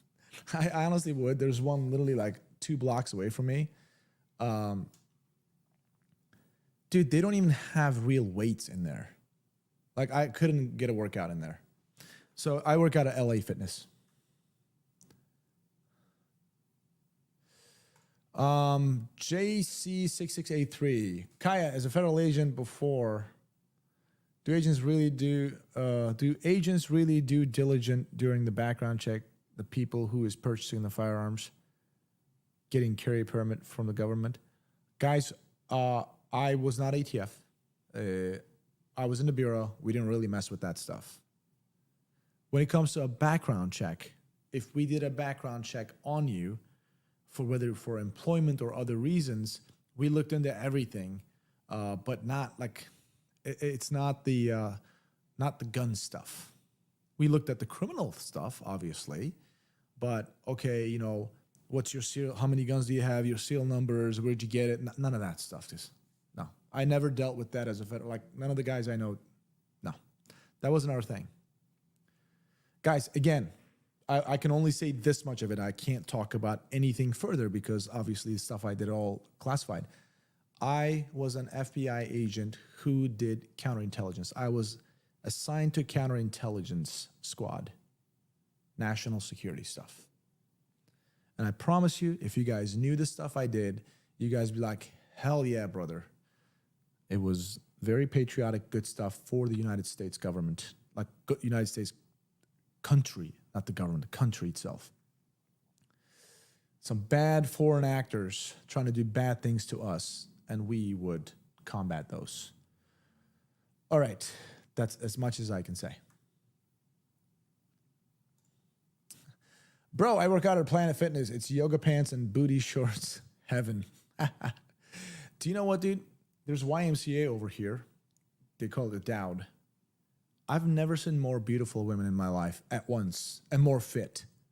It's insane. I was like, oh my God, wow. But it's too crowded, so I can't work out there. So did you do any operation raids outside the US? I can't talk about anything further, brother.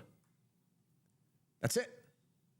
But speaking of the guns thing, we didn't deal with people's guns. I personally didn't. When we do the background checks and stuff. When you play Call of Duty, can I join? I don't have mic or headphones. Chris, without mics or headphones, it would suck. Trust me, you want to be able to talk to each other. Like when you play, I need to be able to hear you. When you see a guy, like you need to be able to communicate. All right, let's see. What was that? What's going on with Clint? Is he on vacation or something? No, dude. Have you not seen Clint? Clint is still doing videos. He's got some personal obligations to the military and stuff like that. So he's obviously more distant, but he's still, you know, a video or two is coming out every week with him. I'm picking up more slack. Obviously, I get help from Matt as well. But like in 2 weeks, in less than 2 weeks, I'll be gone for 2.5 weeks, guys. Yeah, I'll be gone for 2.5 weeks overseas. And you guys won't see me in videos for at least 2 weeks. And then when I get back, I'll get back into it and start doing more videos. Yeah, Clint's still active. What's up, Gus? Welcome, dude. Yeah. Yeah, Clinton's a Marine Reserve, exactly. So he's got other stuff going on, guys. He's still here. In fact, Clint will be here next week. So today is Wednesday. Yeah. So Clint will be here next week. Me, Clint, we're going to do Bolt Gun Series. We will do multiple videos together. I think we will end up squeezing like 6-7 videos together. At least me and Clint, and I think Sarah will be here too. So 3 of us with US Arms Co, folks. And that's it. And then after that week, I'll be gone for 2 weeks. I'm on vacation. And in those 2 weeks, you'll see videos with Clint and you'll see videos with Matt, maybe Sarah a little bit. And you won't see me in those, some of those, unless they release them like that. But I won't be actively in videos for 2 weeks. And then when I get back, I'll get back at it again.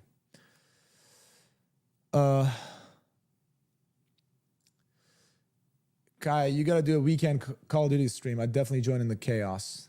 That would be awesome, dude. Maybe I could do that one of these weekends. Why not?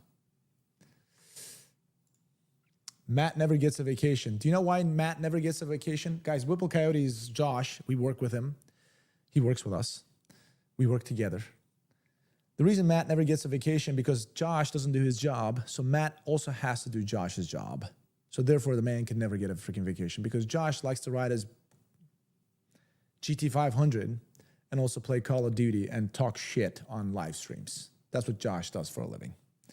So Matt has to pick up Josh's real job. Therefore, he can never get a vacation. Yeah.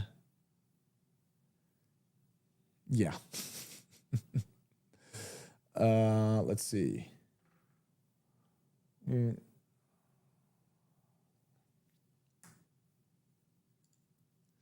Michael Jenkins, you going to wake up and get your AR out of your nightstand and immediately go into action?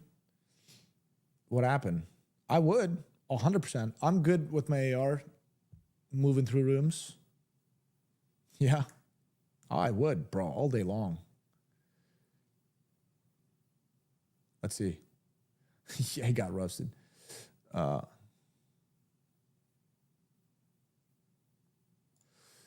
The Free Hawaiian, what are your thoughts on the unelected ATF bureaucrats creating law, pistol braces? Dude, yeah, obviously I don't like that. Congress should be making those laws, not the ATF. I agree.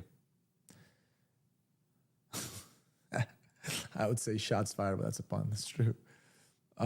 What happened to Whipple Coyote? After I said those things, he disappeared. I hope I didn't really hurt his feelings that bad. Maybe I should say those things every stream so he never comes here.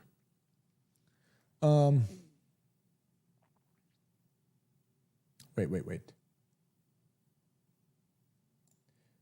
There you go. Sipboy Outdoors. What else do you all do at Classic other than make videos? Do you run training courses too? Oh no, we don't do training courses, guys. We just do videos. I show up to work. Maybe we should do a vlog someday, man. That'd be cool, actually. A little vlog. I don't know. But yeah, show up to work. Ryan, I give him my thoughts on, if I have any opinions on like what videos we should do, I'll tell Ryan. But generally, Ryan comes up with topics. It's like, hey, we should talk about this. We should do this, that, whatever. He lets me know, and I take a look at it, see if I need to do any research at all. I do. If I know already, then I do.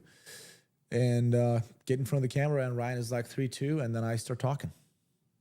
Make the videos, and when we're done, I'll go home, man. That's it.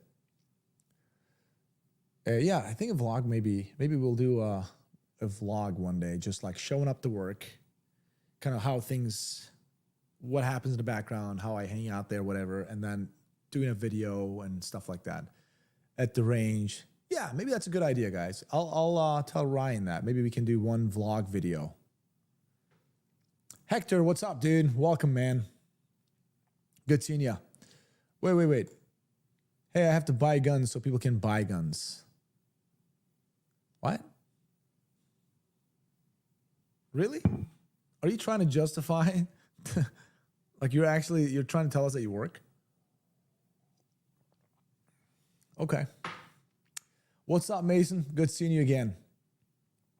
One Car Fast, what's your opinion on SAR 9 SOCOM? I love it. I liked it. I actually want to buy one. I definitely want to buy one. Yeah. You know what? Patriot, yeah. I'm gonna talk to Ryan. We can do a vlog video. But what channel would we post it to? Yeah, it would have to be Classic Firearms because it'll be a vlog, behind the scenes kind of thing. I'll talk to Ryan, see what he thinks about it. Brandy Chandler, Kaya help debate SBR or pistol for home defense. Okay, let's get one thing out of the way. A pistol caliber is very deadly, obviously, right? A good old 9mm, that'll do some damage. Now, I'm a fan of rifle calibers because of they're just obviously velocity equals greater destruction, guys. That's a fact. Everybody knows that.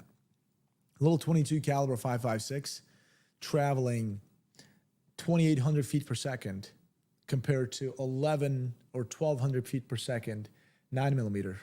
I mean, come on. That 5.56 will hit you. That temporary wound cavity will be this big. It'll drop you.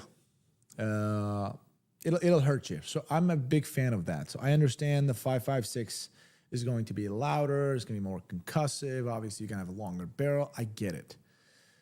But I'm all about stopping a threat as fast as possible. So I'm all about immediate incapacitation. And I know a 9mm will do that. But I know a 5.56 will do that faster, or 300 blackout is pretty good too. Faster, and also it'll defeat body armor. So I like those. So that's why if we're going to talk about a PCC is good, but it's still shooting at pistol calibers. I've always been more fan of rifle calibers. So I would say an SBR. Oh, if I had an SBR, right? I don't have an SBR, by the way. If I had an SBR, a 300 blackout, like let's say the CMG Descent, right? A nice, what is that, an 8-inch barrel it was? I forget. Get that, like maybe a suppressed too. Dude, I mean, bang, bang, bang, man. That'll just defeat body armor too. It'll put a hurting in somebody much more than a 9mm, and still pretty small, lightweight, maneuverable. For me, SBR over PCC. All right. Vlog could go on outside the warehouse, being behind the scene vlog type thing. Yeah, but we would be like showing you in that vlog, even us doing a video. Like I show up to work. Like it would literally be a day in life.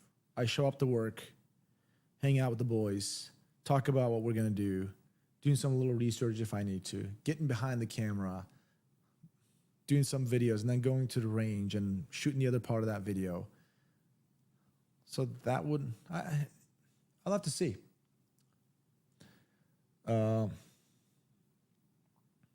Hector, what trigger upgrade do you recommend for a 43X? Glock's performance trigger is very good, man. It's obviously reliable. It's from Glock.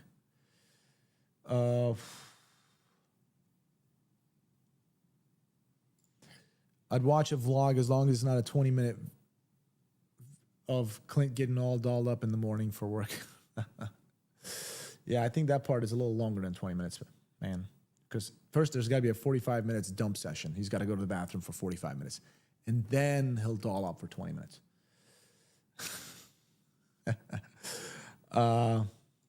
How good are you at guitar? It's literally for girls, man. I try to trick girls that I like, oh, I can play the guitar, so they like me. I can't play. I'm all right. I'm not that good.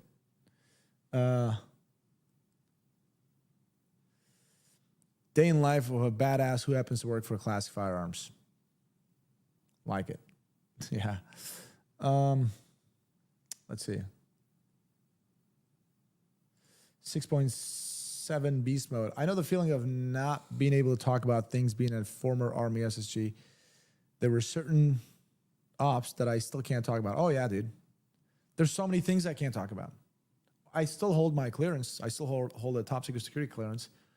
But forget the legality of it. The whole, like, classified stuff. Like, forget the whole legality of it. Like, there are things, if I talk about other people's lives, like other Americans' lives, go in danger overseas and stuff like that. So forget the legality, or morally, I cannot and I would never talk about.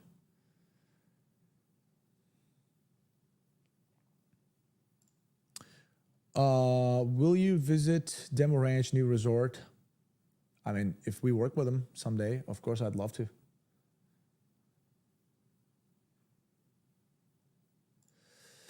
That gun guy again. I don't understand YouTube. You can literally put up gun videos showing guns and a shooting, but the moment you do it, your live shut down.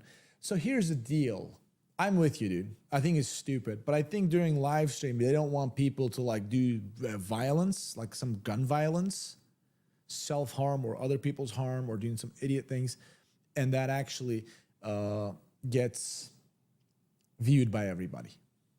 So if you do your gun stuff like you post on YouTube, they generally, their AI kind of controls that, and then manual reviews, see if there's anything crazy, if that should be 18 plus, age restricted, whatever. So there's some filtration system.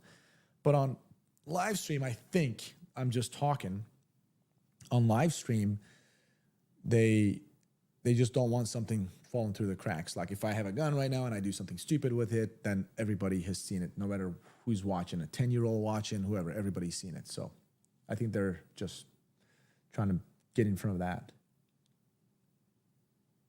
Which red dot and light would you recommend for a Glock 19? Dude, there's a lot of good options. Swamp Fox, obviously cheap. You know, Trijicon RMR obviously is one of the best. Holosun is really, really good. Try those. You know, Viridian is actually pretty good. Viridian. I can't even say that thing. Viridian. Those guys are pretty good too. As for a light, I mean, there's Surefire, Turbo, or TLR 7 or TLR 1. Those guys are Streamlight, pretty good. Let's see.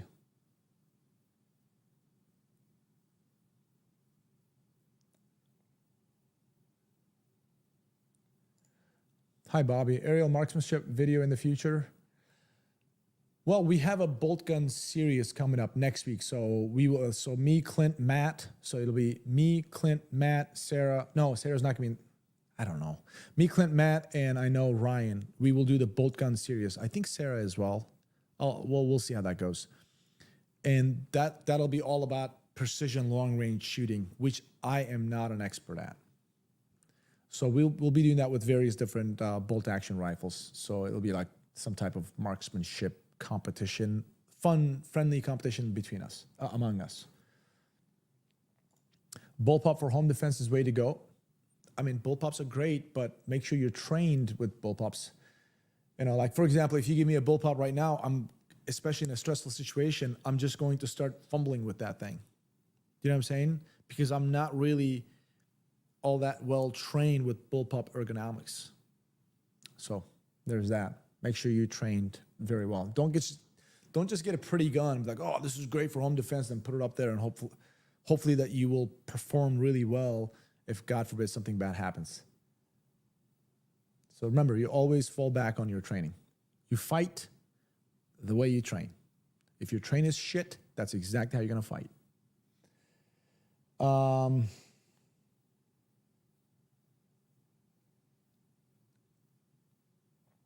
Let's see what else.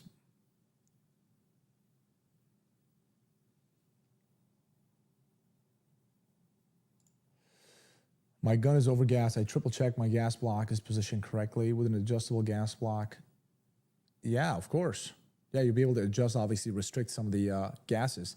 But how is it overgassed? Yeah, an adjustable gas block should definitely solve your issue. For sure. I wonder how that's overgassed though.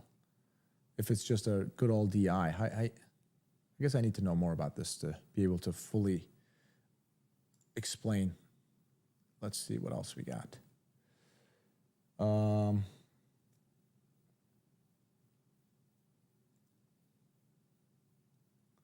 Man, did I miss any? Hey, Nico, how's it going, man? Which gun do you think is a better Glockish clone? Great question. Dude, so next week, oh, no, this week. Oh, shit. Friday. Yeah, this Friday I'll be doing a video on Glock clones videos, Glock clone comparisons. I don't know how many Glock clones I'll have, like maybe 4 or 5 Glock clones. And I will literally talk about them and kind of compare them, see which one I like better and all that. So it's going to be like the war of clones. So wait for that video. So I don't want to just tell you what yet, because I personally don't know yet. I'm going to try multiple clones and see which one comes out on top and what my thoughts are. So that way you can make your decision based on that video. So we're going to shoot it this Friday, so in 2 days. So it should hopefully air in a week or 2. So there you go.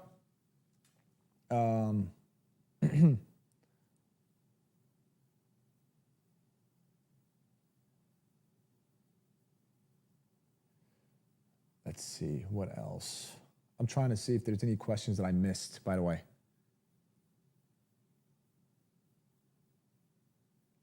Oh, there you go. Black Mama, is there any benefits in sending my self-defense ammo downrange? I run the mags. I carry my self-defense ammo with range ammo. Is that enough? Oh, yeah, absolutely. You definitely train. Your general training should be with a target ammo, like a range ammo, right? But definitely train yourself and be comfortable with your self-defense ammo.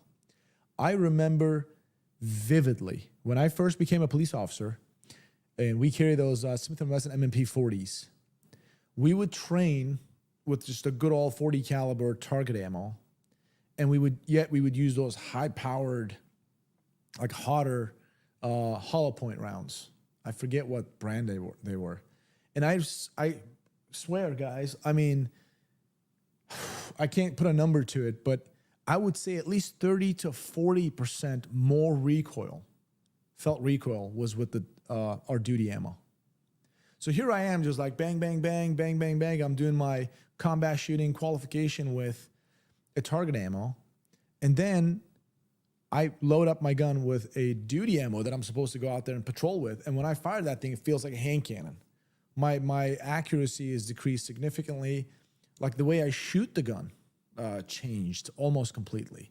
So definitely be very familiar with your carry ammo, because you don't want to be surprised when you get into a, God forbid, a situation where you fire that thing and the thing behaves differently because of the load. So, oh, wait a minute. Opinion on the micro red dots? Yeah, dude, I think they're good because your gun is smaller, so smaller footprint. You don't want a little gun with a big red dot on top of it. Generally, the slim guns obviously require something slimmer profile as well.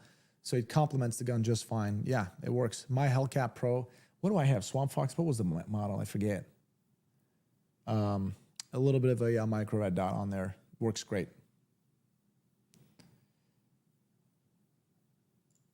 What's up, Sergeant? How's it going? Yeah, hot. Really, really hot. Still beautiful out there. If I wasn't doing my live stream today, I'd probably be out there going for a walk. I enjoy going for walks, man. What else? Tavor, man. Brandy. I love that. IWI. Tavor is really good. Styrog is pretty good too, but IWI Tavor is really good. What else?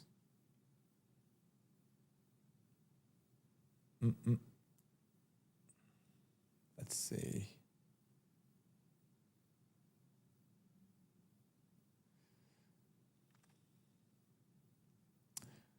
Did I miss anything? Nope. Never mind. Okay, going all the way down. Favorite LPVO?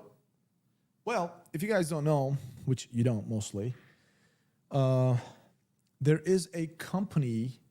I started a company here. Let me show it to you guys.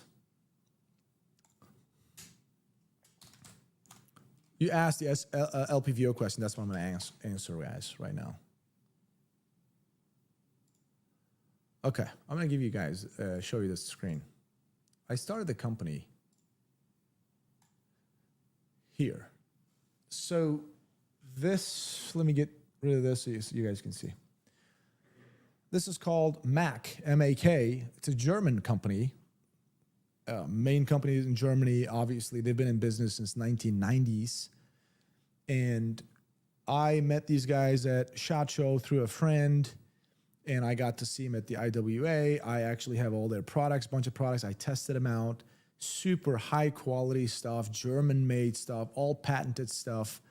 They're good stuff. We ended up agreeing on because they want to actually be in the US market as well.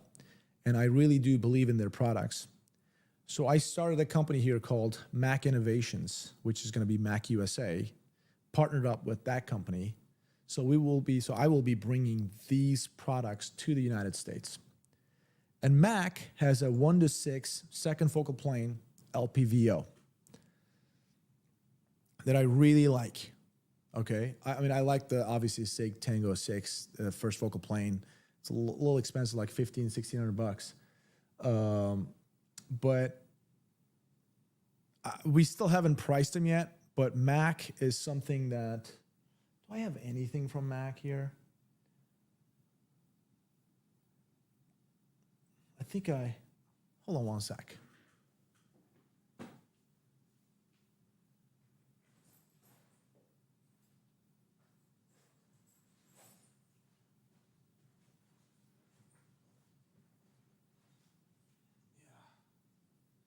So this is just a little beat up thing I just test out. It's second focal plane, man. Second focal plane works great for the LPVOs, honestly. First focal plane also increases the cost. Like this, which I'm going to show you guys in a second. MAK has some cool products like red dot optics, 3x magnifiers, 5-25 first focal plane. Yeah, so Keith, great question. Am I going to go ahead and market this through CF? Of course. That's why I'm talking about it right now. So the products are going to come to Classic Firearms, and I'm going to give everything to Classic Firearms, and it's going to be marketed through Classic Firearms. I'll be showing you guys more in videos too. Like, I'll be testing the crap out of them. Like, let me show you this. Like this guy right here. This is, by the way, everything is patented. They got their own designs. Like, this is just a combo they have. MAK, what's called MAK combo. There's a red dot, 2 MOA red dot, and a 3x magnifier. Right? Just all together with their patented QD attach and deattach. Now, if you guys see this, you can't see it. Right there, I shot it with a 22. You see that little mark? It's a low power 22, but I shot it with a 22. It didn't do anything. And then I shot it with a 22 over here. The bottom of it, there's a little, hold on. There you go. Dude, it did nothing. All right? It's a little heavy. So I told the company that this is a little heavy, which obviously they have just a regular red dots, regular 3x magnifiers, and LPVOs, 5-25s, mounts. Their mounts are probably amazing. Actually, in fact, let me show, I'm gonna, hold on.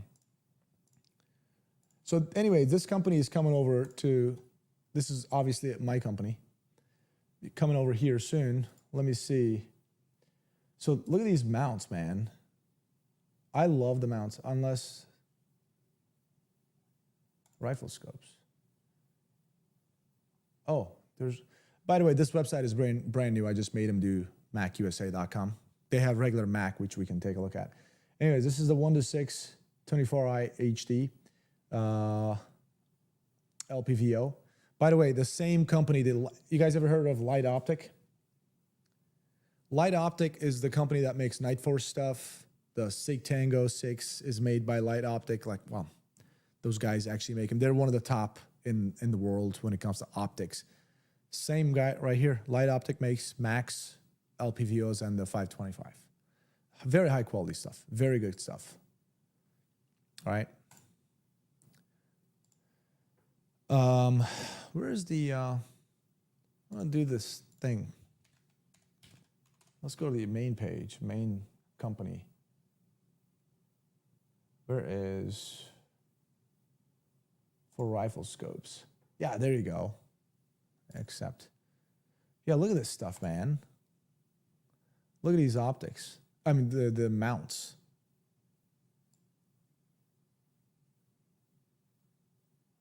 Yeah, it's great. QD system. So,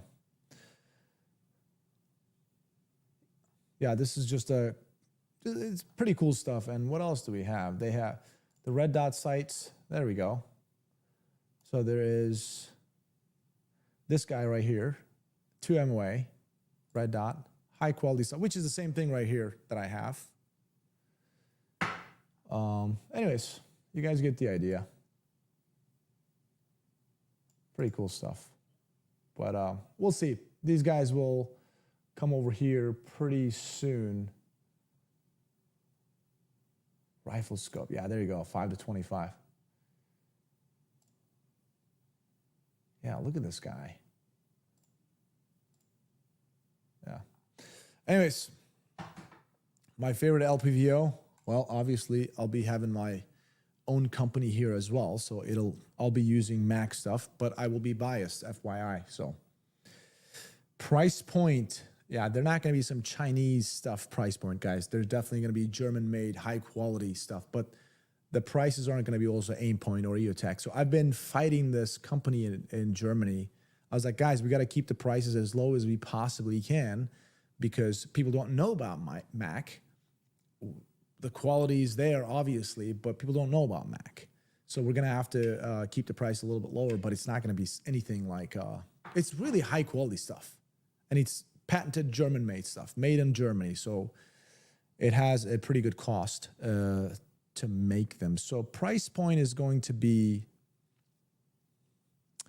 I don't know, like it's not going to be as high as like a red dot. It's not going to be like an aim point price, but this red dot along with the mount, it'll probably be, I don't know, almost $400.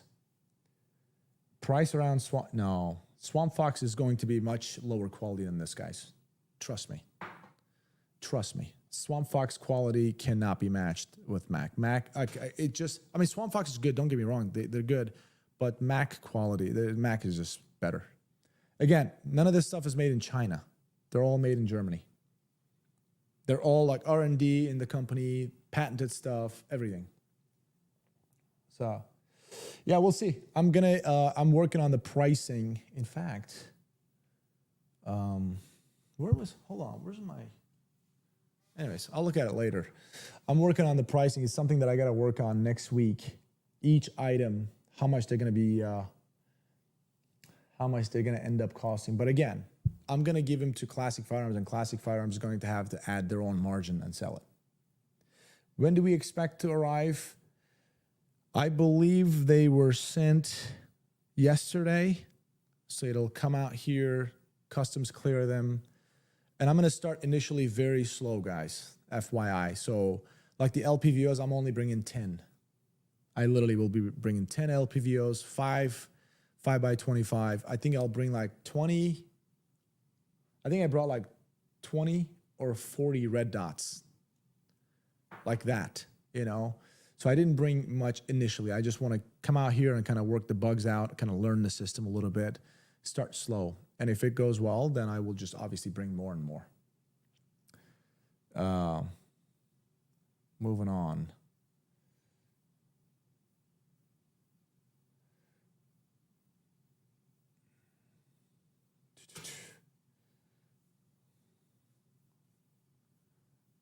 Leave it to the Germans to make a picket. Yeah, dude, I'm telling you. Like, okay, so I'm holding on to this right now.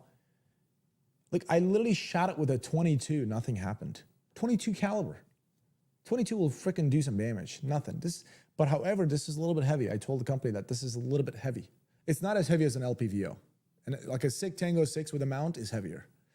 But It's super durable, man. In fact, what I want to do with this is, like this little model right here in front of me, not the model, it's an actual thing, right? I want to destroy this one. I want to stress test this one. I want to shoot it. I want to shoot this thing with a buckshot. Not buckshot, I'm sorry, birdshot. I want to really torture test it, see how it holds up.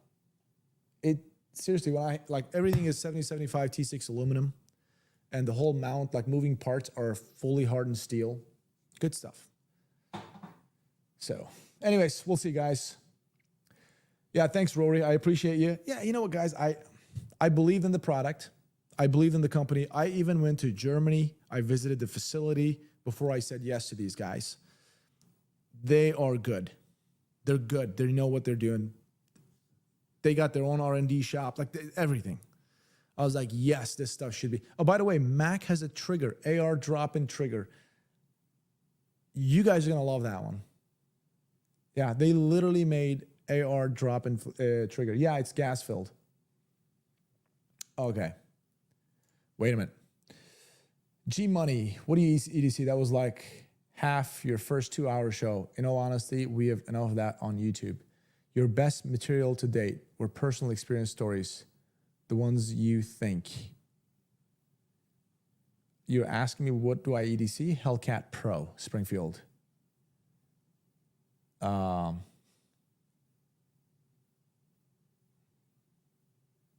Personal experience stories.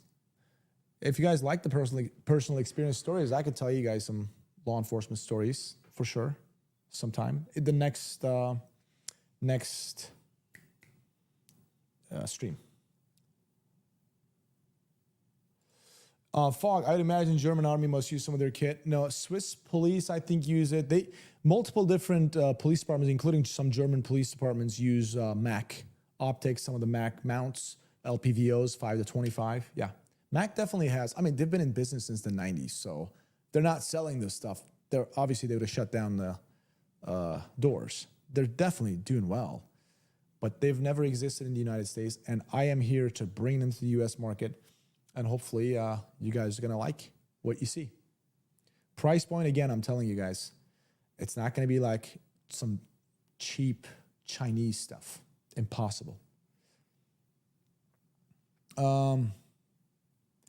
It is. The German engineering is pretty good. Like, you just know. When you hang on to this, you just know this is not some cheap shit. This is high quality stuff. Yeah. How much do I bench? What was that guy's mom's weight? She was joking. I don't know, man. I don't know. I would say I could bench probably like 275. Maybe 315 once. 315 once probably.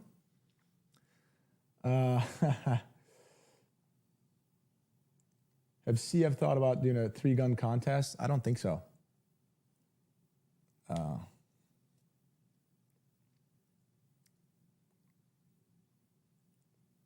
Oh, G-Money, I get you. Your best material is your experience, not your gear. That's true. Well, gear is very important, right? Your gear is extremely important. Your just experience is not going to cut it. But a gear without experience, suck. Experience without gear, not good either.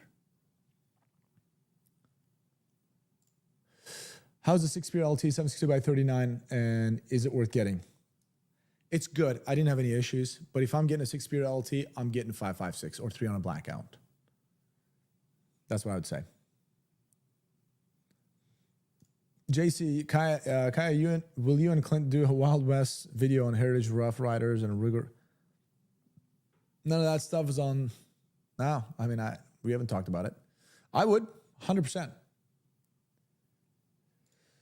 Owen, welcome, dude. When is the next Classic Firearms Chinese SKS crate opening? Oh, dude, I would love that. I honestly don't know. I don't even know if we have any coming in. I would love that.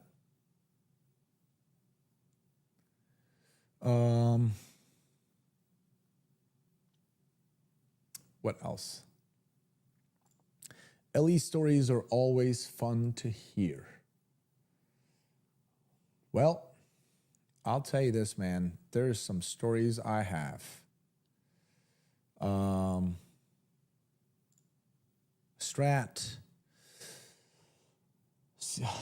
1960s. All right. See the guitar in the background. Who's your favorite player?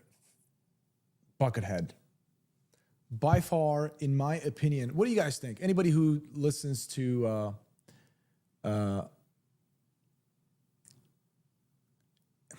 guitar or metal, whatever, who's your favorite guitar player? In my opinion, Buckethead is probably the best guitar player ever. Buckethead. Oh, G Money. Okay, I finally see this. No, dude, what I'm saying is we don't need another guy telling us about EDC. I get it. Well, I just tell you about my EDC, like what I carry, if anybody cares about. This is what I carry. It's always fun to talk about. What do you carry? Like, even at my level of experience, I ask, hey, what do you carry? Oh, let me see that. Oh, what do you carry that? Like, it's fun to talk about what you carry.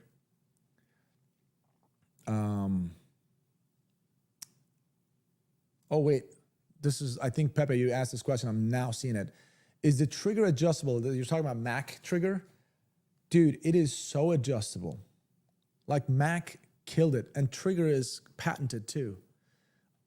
It is so adjustable. You can adjust. You can make it single stage or two stage. Like, you could literally make a single stage or two stage. And you can just flip in something in there. You can adjust the weight, obviously, make it heavy to pretty light. And you can also adjust where it breaks.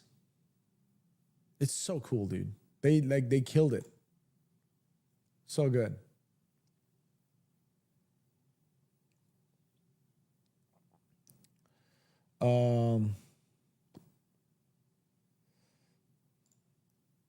Yeah, he's talking about a bunch of different stuff. Are you talking about me or the other guy? Creed. Yeah, Creed had a good guitar player too.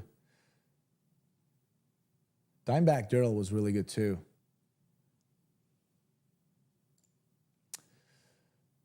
MCO, what's up, Kyle? Looking forward to bolt action videos. Me too, man. We start next week. It's going to be like 3 days of non-stop shooting. We'll be tired.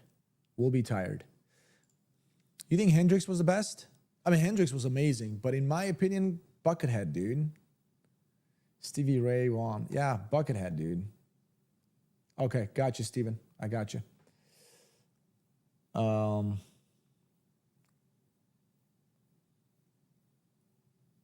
I wish I could freaking play. Like, I could play a little bit, right? I can play. Oh, wait a minute. Wait. I'll just. I'll play. I'll show you guys this before I shut it down. Where is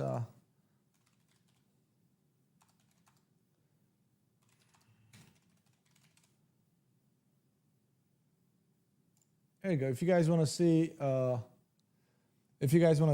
me playing the, what do you call it? A little guitar. There it is, boys and ladies. With my mustache. This is Propane.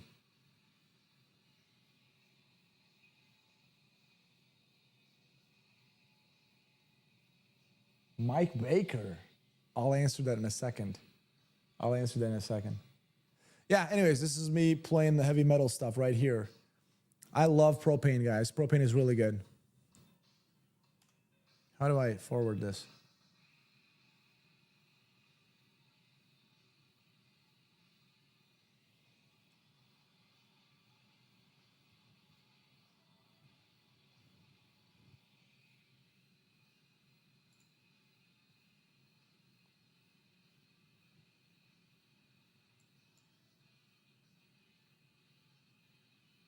Start. Okay,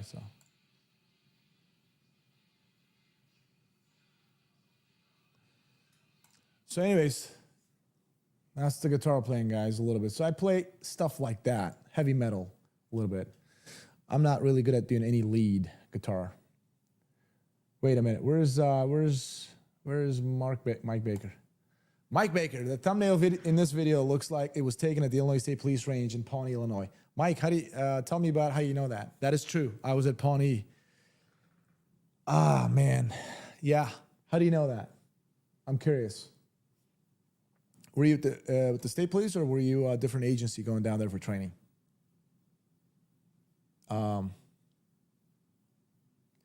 You went there for police academy, for local PD? Yeah, that was Illinois State Police. That's I was there for 6 months of hell. It was so bad. It was like freaking, they just mimicked the entire Marine Corps boot camp, but they just went overboard. 6 months of just simply destroying us. They like broke us down. They never built us up.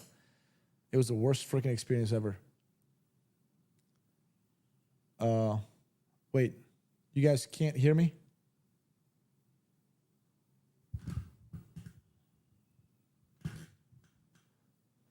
Yeah, you can hear me, right? Okay. I was only there for 3 months. I'm a local police. I did so many push-ups at that place. If push-ups was the only thing I did, I'd be like, okay, we're good. Okay, what class were you? What year? All right, perfect. Oh, you guys couldn't hear the guitar playing? I don't understand this thing.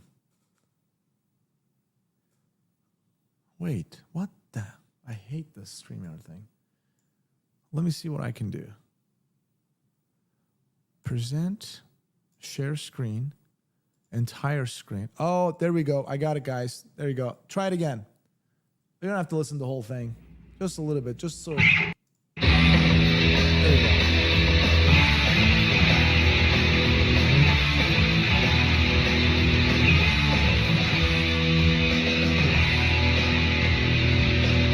Now, this should be pretty good, I think. Right? Yeah. This is Propane, State of Mind. Love this song. I like playing it because it's easier to play.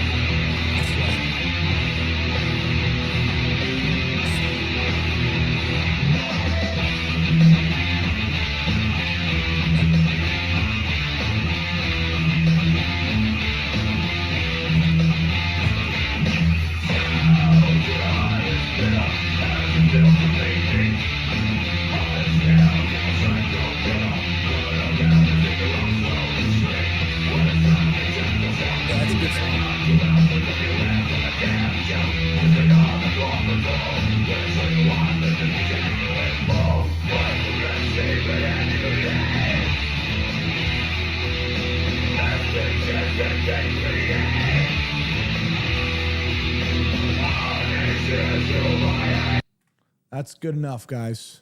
There you go. I don't want to torture you guys any further. Right? It's pretty good, man. I love it. I think I'm going to do the Star Spangled Banner. Oh, man, I won't be. No, I'll be here. I got to do Star Spangled Banner for July 4th. Did you see Mad World? Did you see Brandon Herrera speaking in? Yeah. We just actually watched that about an hour ago. Yeah, he made some really good points, man. Can the House defund the ATF without Brandon's approval? Probably not. Yeah. Police. What? What do you mean, Brian? That's going over my head. By the way, thanks, Kyle. Appreciate it. Oh, you got a Mustang. What kind of Mustang is that, dude? Is that a 5.0?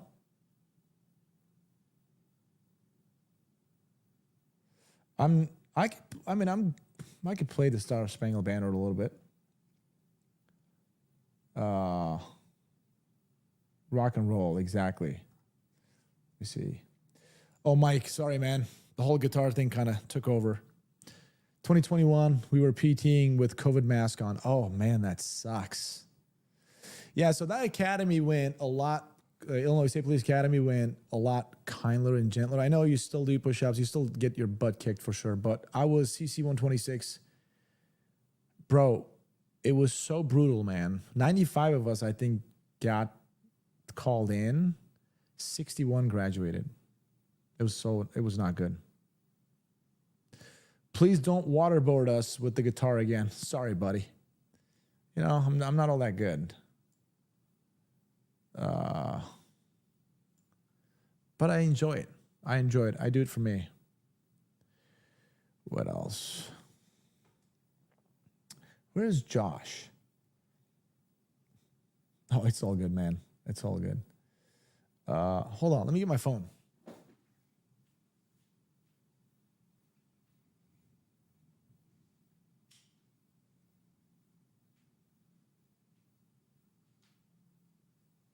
Okay. Let me text Josh. There we go. See if he plays Call of Duty. If he does, I'll play with him. Okay. There we go. Fog. So which bolt action you looking forward to the most? Well, I'll be shooting the U.S. Armsco Azrael. That's like the top of the line. Which pressure on, because I'm not a bolt gun guy. I'm not a long range guy. So I'll have the best gun. So I better win, but again, the shooter's going to suck. Josh is my coworker we work with. He's in the background, like he buys guns for Classic. Like he helps buys stuff for Classic. So he plays, we play Call of Duty. We could try to play Call of Duty together. Sean, there you go. That's all that matters, bro. Wish you were closer to jam with. Oh, dude, I would love that. That would be good. I wish I knew somebody else who played the guitar so we could actually play together. When I was in Illinois, my best friend, one of my best friends, trooper out there still, he and I would play guitar together. He's really good.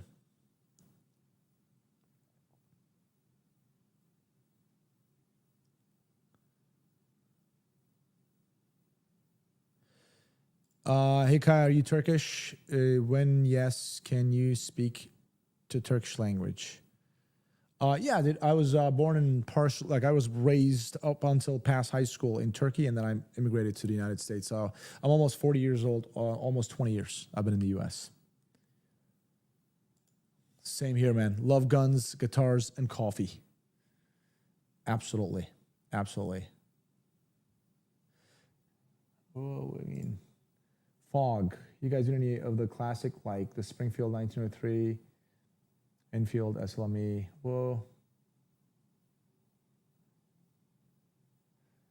I don't think there'll be any of those classics in there, man. It's going to be all like modern stuff. Low end to high end, FYI. Oh, I forgot, dude. Yes, Cars 2. Cars 2, man. I used to have like Shelbys, Mustang Cobras, and all that. Yeah. Paul, jamming is tough to arrange as an adult. Why not? Yeah. Let's see. TJ, what are your thoughts on the 2311 coming from Gerson later this year? Great. I promise you, those guns are good, man. They're, I mean, we're talking about price point, right? I mean, best bang for the buck, in my opinion, because you pay pretty much next to nothing for those. Oh, wait, did I just miss something? Steven asked me this. How's the Hellcat doing for you versus SIG 365 G43X? I haven't shot one yet, but been wondering if they're good compared to other stuff. Absolutely. Hellcat Pro that I have. Again, I don't have the Hellcat. I have the Hellcat Pro. It's a little bigger, right? Shoots amazing. I love it. When compared to like Glock 43, I like it better. I like it better than the SIG as well. It's like nice and slim. Just feels good, man. Feels good. Give it a try. Give it a try. Is it cool to date female federal agents, or are they just going to break my heart? My last 2 girlfriends were both FBI agents. I was a state trooper in Illinois. My girlfriend was an FBI agent then. But believe it or not, when I met her, I was already going through the process. And then when I was an agent out in Seattle, my girlfriend was just like 2 floors above me in the building. We met at the gym, at the federal building's gym, and we started dating. So they're just women, dude. Guys, we're just guys. So just a lot of people think, like, when I say people, oh yeah, like when I was in it, I'll be like, yeah, I'm an agent. Or even now when I say I'm former, like they just think we're like some aliens or something. We're just people, dude. Literally just regular good old people. So if a woman is going to break your heart, it doesn't matter. It could be a federal agent, or it could be just a bartender somewhere, or a server, or whatever. So they're all the same, man. We're human. But yeah, go for it. It's not different. Like cops, I could see like female police officers more like bro-ish a little bit. Some of the ones that I work with, not all of them.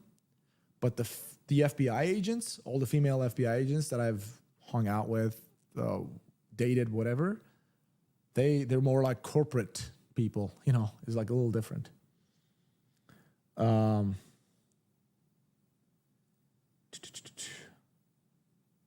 What else? Yeah, dude, cars.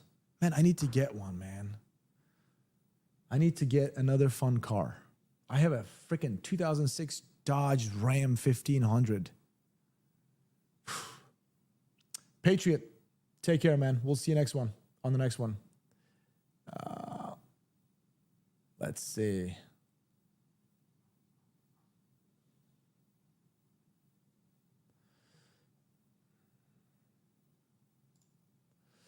I'd say better to date someone you met at the agency than a bar. Yeah, I mean, my ex-girlfriend, she was an FBI agent. I was one, so we could talk about work. We could relate to each other more, so it was easier. But I personally, it happened that way. I just met her at the gym. We kind of hit it off. We still, to this day, are very close. We talk often. I would prefer to date somebody who has nothing to do with my profession.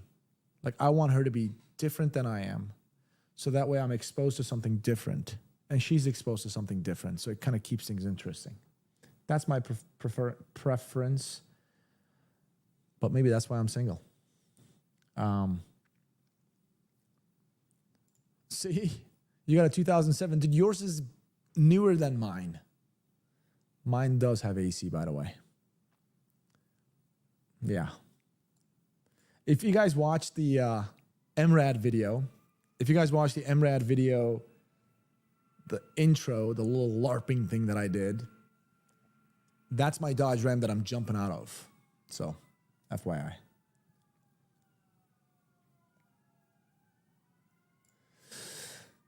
Need help deciding an AR light? Dude, I'm telling you, I just put a light on my AR. Cloud Defensive. Definitely check them out. Check out Classic Firearms. Cloud Defensive, that's what I put on my US Arms Co. AR.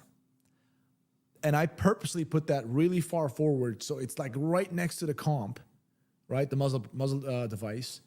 So I shot so many mags through it, and those gases were just like hitting it really hard. And the light is phenomenal, perfect. It works great. I'm gonna pull it back a little bit because it gets dirty pretty quickly, but light, it's pretty durable, like light. I really like it. Little side mount and a pressure pad. G-Money, you're in the great state for cars, by the way. What do you mean?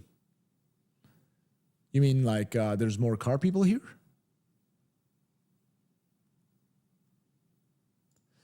At least a 2020 Ram, amazing powertrain. I want to get a car, dude. Like, I have this truck, but I miss having a car, like a fun car. Oh, we got a ricer over here. Brandy. Nice. With a rice burner. Ha. Kaya needs a squad at Chevy Silverado. Dude, why? Do I look the part? Oh, Josh is on. Okay, good. Should you practice with self-defense rounds? How much difference would it be, if any? We just talked about that. Absolutely. Not always. I mean, definitely get your practice in with a cheaper ammo, your target ammo, but because defensive ammo costs more, unless it doesn't bother you, then sure. But I would definitely recommend making yourself pretty familiar with the ammo that you carry.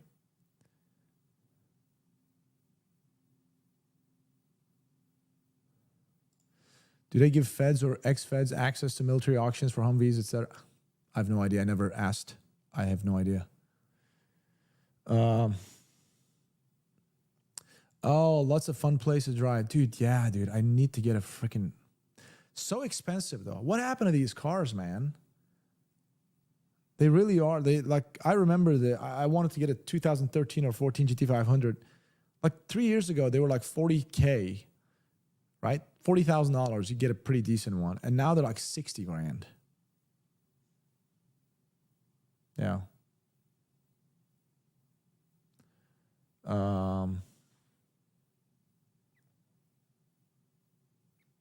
What else? Oh man, I missed this. Mr. Dr. Spaceman. New here, looking forward to seeing more content. Glad to have you, man. Thanks for stopping by. Gotta step up your game. Dude, I can't afford a freaking GT 2020 GT500. Man, that's just not gonna happen. I don't know how you can, but I don't know. What are you smuggling, man? What are you doing? Oh, you're online? Okay, cool.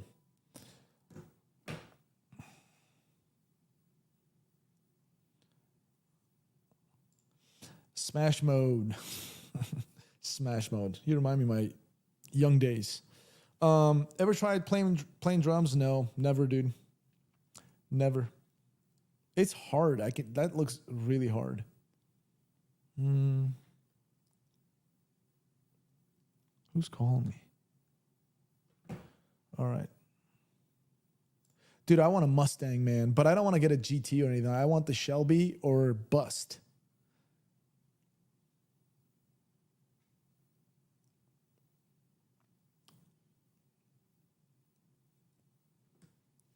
$350R. What is a $350R? What is a $350R?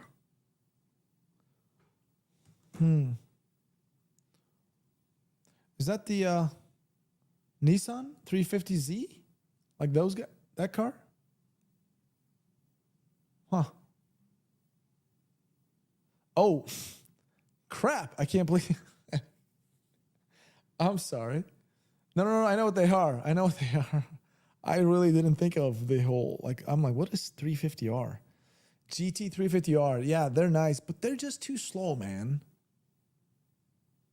Is it just me? Flame suit on, guys. You guys are very welcome to attack me on this. I feel like GT 350s are just too damn slow. They just are too slow. They look great. I'm sure they corner really well, but they're slow. He means GTR.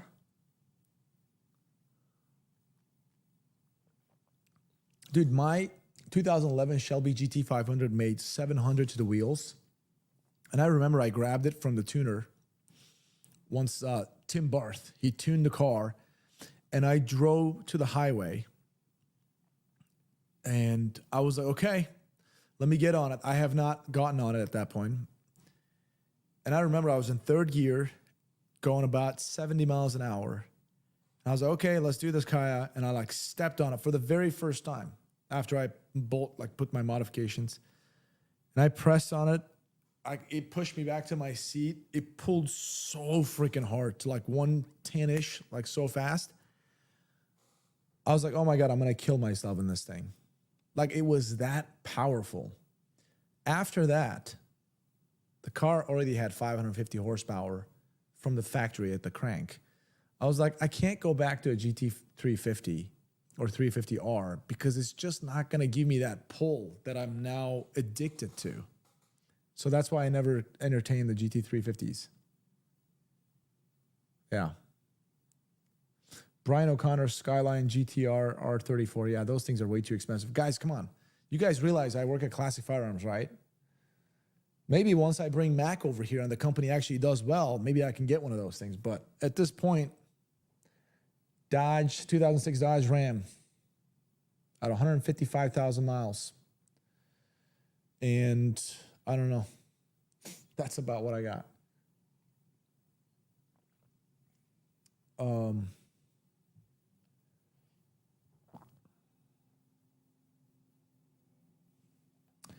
Ford versus Ferrari. I did, man. It's pretty good.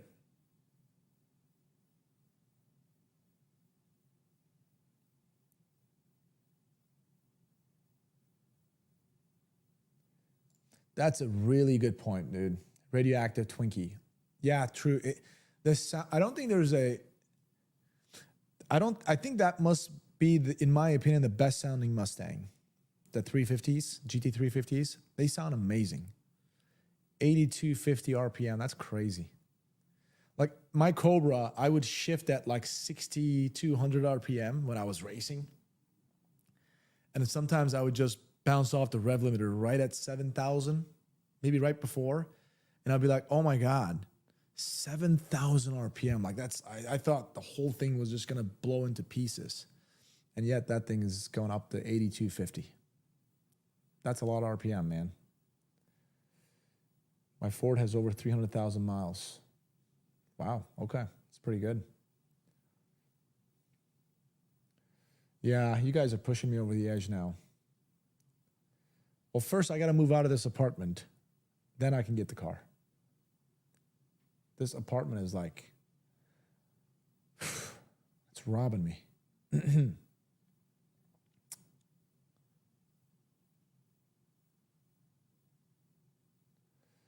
All right.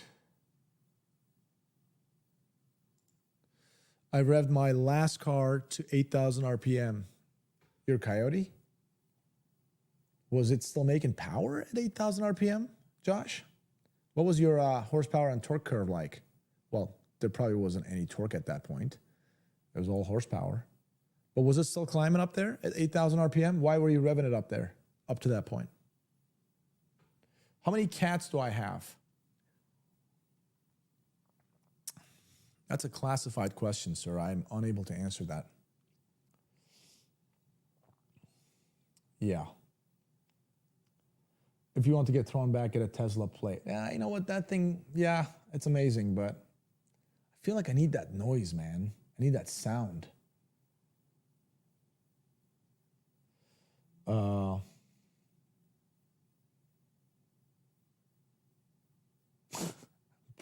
Just hit 100,000 miles on my 2005 Ranger. Brakes randomly disassemble while driving. Well, that should be a concern. Santa Fe, honestly, I don't believe the 500. I've smoked weed for almost 40 years. Was worth it. Yes, it was. I don't understand what you mean. What do you mean, Santa Fe? Fe. Can't just let someone get away with calling me a cat owner. That's true. Yes, I can't. G-Money, you're the man, man. Thanks. I've got 5 cats. I love them. They all have their own personalities. One of them is right here. I got them printed on my t-shirt. Love them. They're my cats. Jerry Outdoors. 5 cats minimum for Kaya's level of operator. Exactly, dude. That is awkward. Are you freaking spying on me, bro? Really? Really? In all seriousness, I don't have any cats or any pets. I did have a German Shepherd, me and my ex, when we broke up. Because of my career and I was working all the time, overtime and this and that, I let her keep the dog. And that's it. That's all she wrote. I don't have any pets.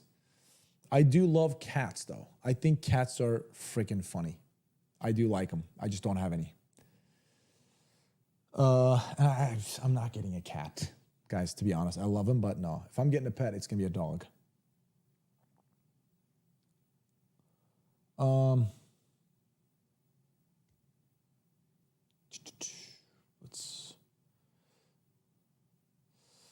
My birthday this weekend. I want an EOTech as a gift.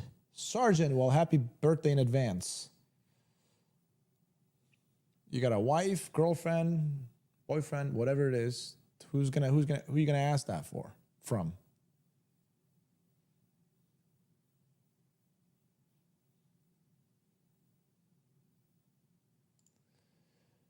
Hey, Kaya, if you want a real car, buy a Toyota. Yeah, goodbye.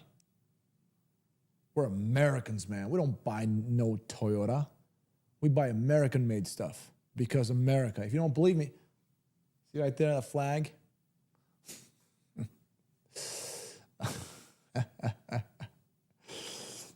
Okay. Let's see. Dude, I was supposed to play Call of Duty with, what's his name? Josh. Damn. Okay.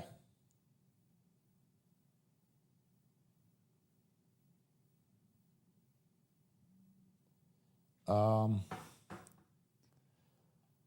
right, how long has it been? Oh, dude, 2.5 hours? All right, it's about time to say goodbye, right? What do you think?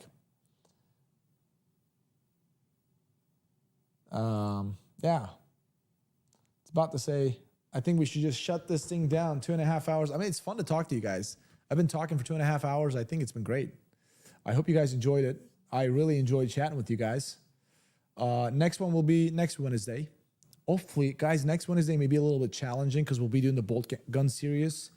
I have no idea what time I'm going to be able to get back home from South Carolina. So it may be a little iffy, but I will give you guys one stream sometime next week. All right? Dude, it was really fun to chat with you guys. Santa Fe, dude, I was just getting to know you. Well, thanks, dude. Thanks for stopping by. Catch me on these live streams and you'll get to know me a lot more.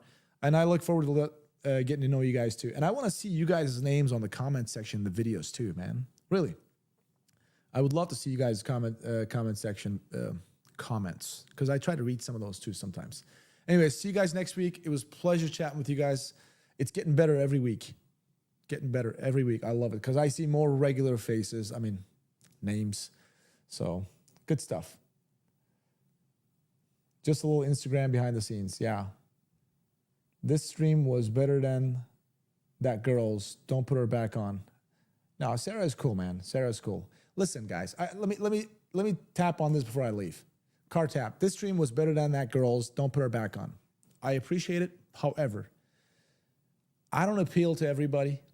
There's some folks can't stand my guts. Fine. There's some folks like me. Some don't care. Same thing for her. There's some folks that like her. There's some folks that don't like her. This applies to all of us. That doesn't mean we should just not put her on. If that's the case, and there's some folks who can't stand my guts, they don't want me on. So how about this? If you don't like a certain person, you don't have to watch that stream. You can come watch mine if you care about mine. But let everybody do their thing, man. That's all. But we're here. Anyways, I'm out of here. I'm going to play some Call of Duty and then go to sleep. Guys, it was a pleasure. Take care. Be safe. See you next week. Bye-bye.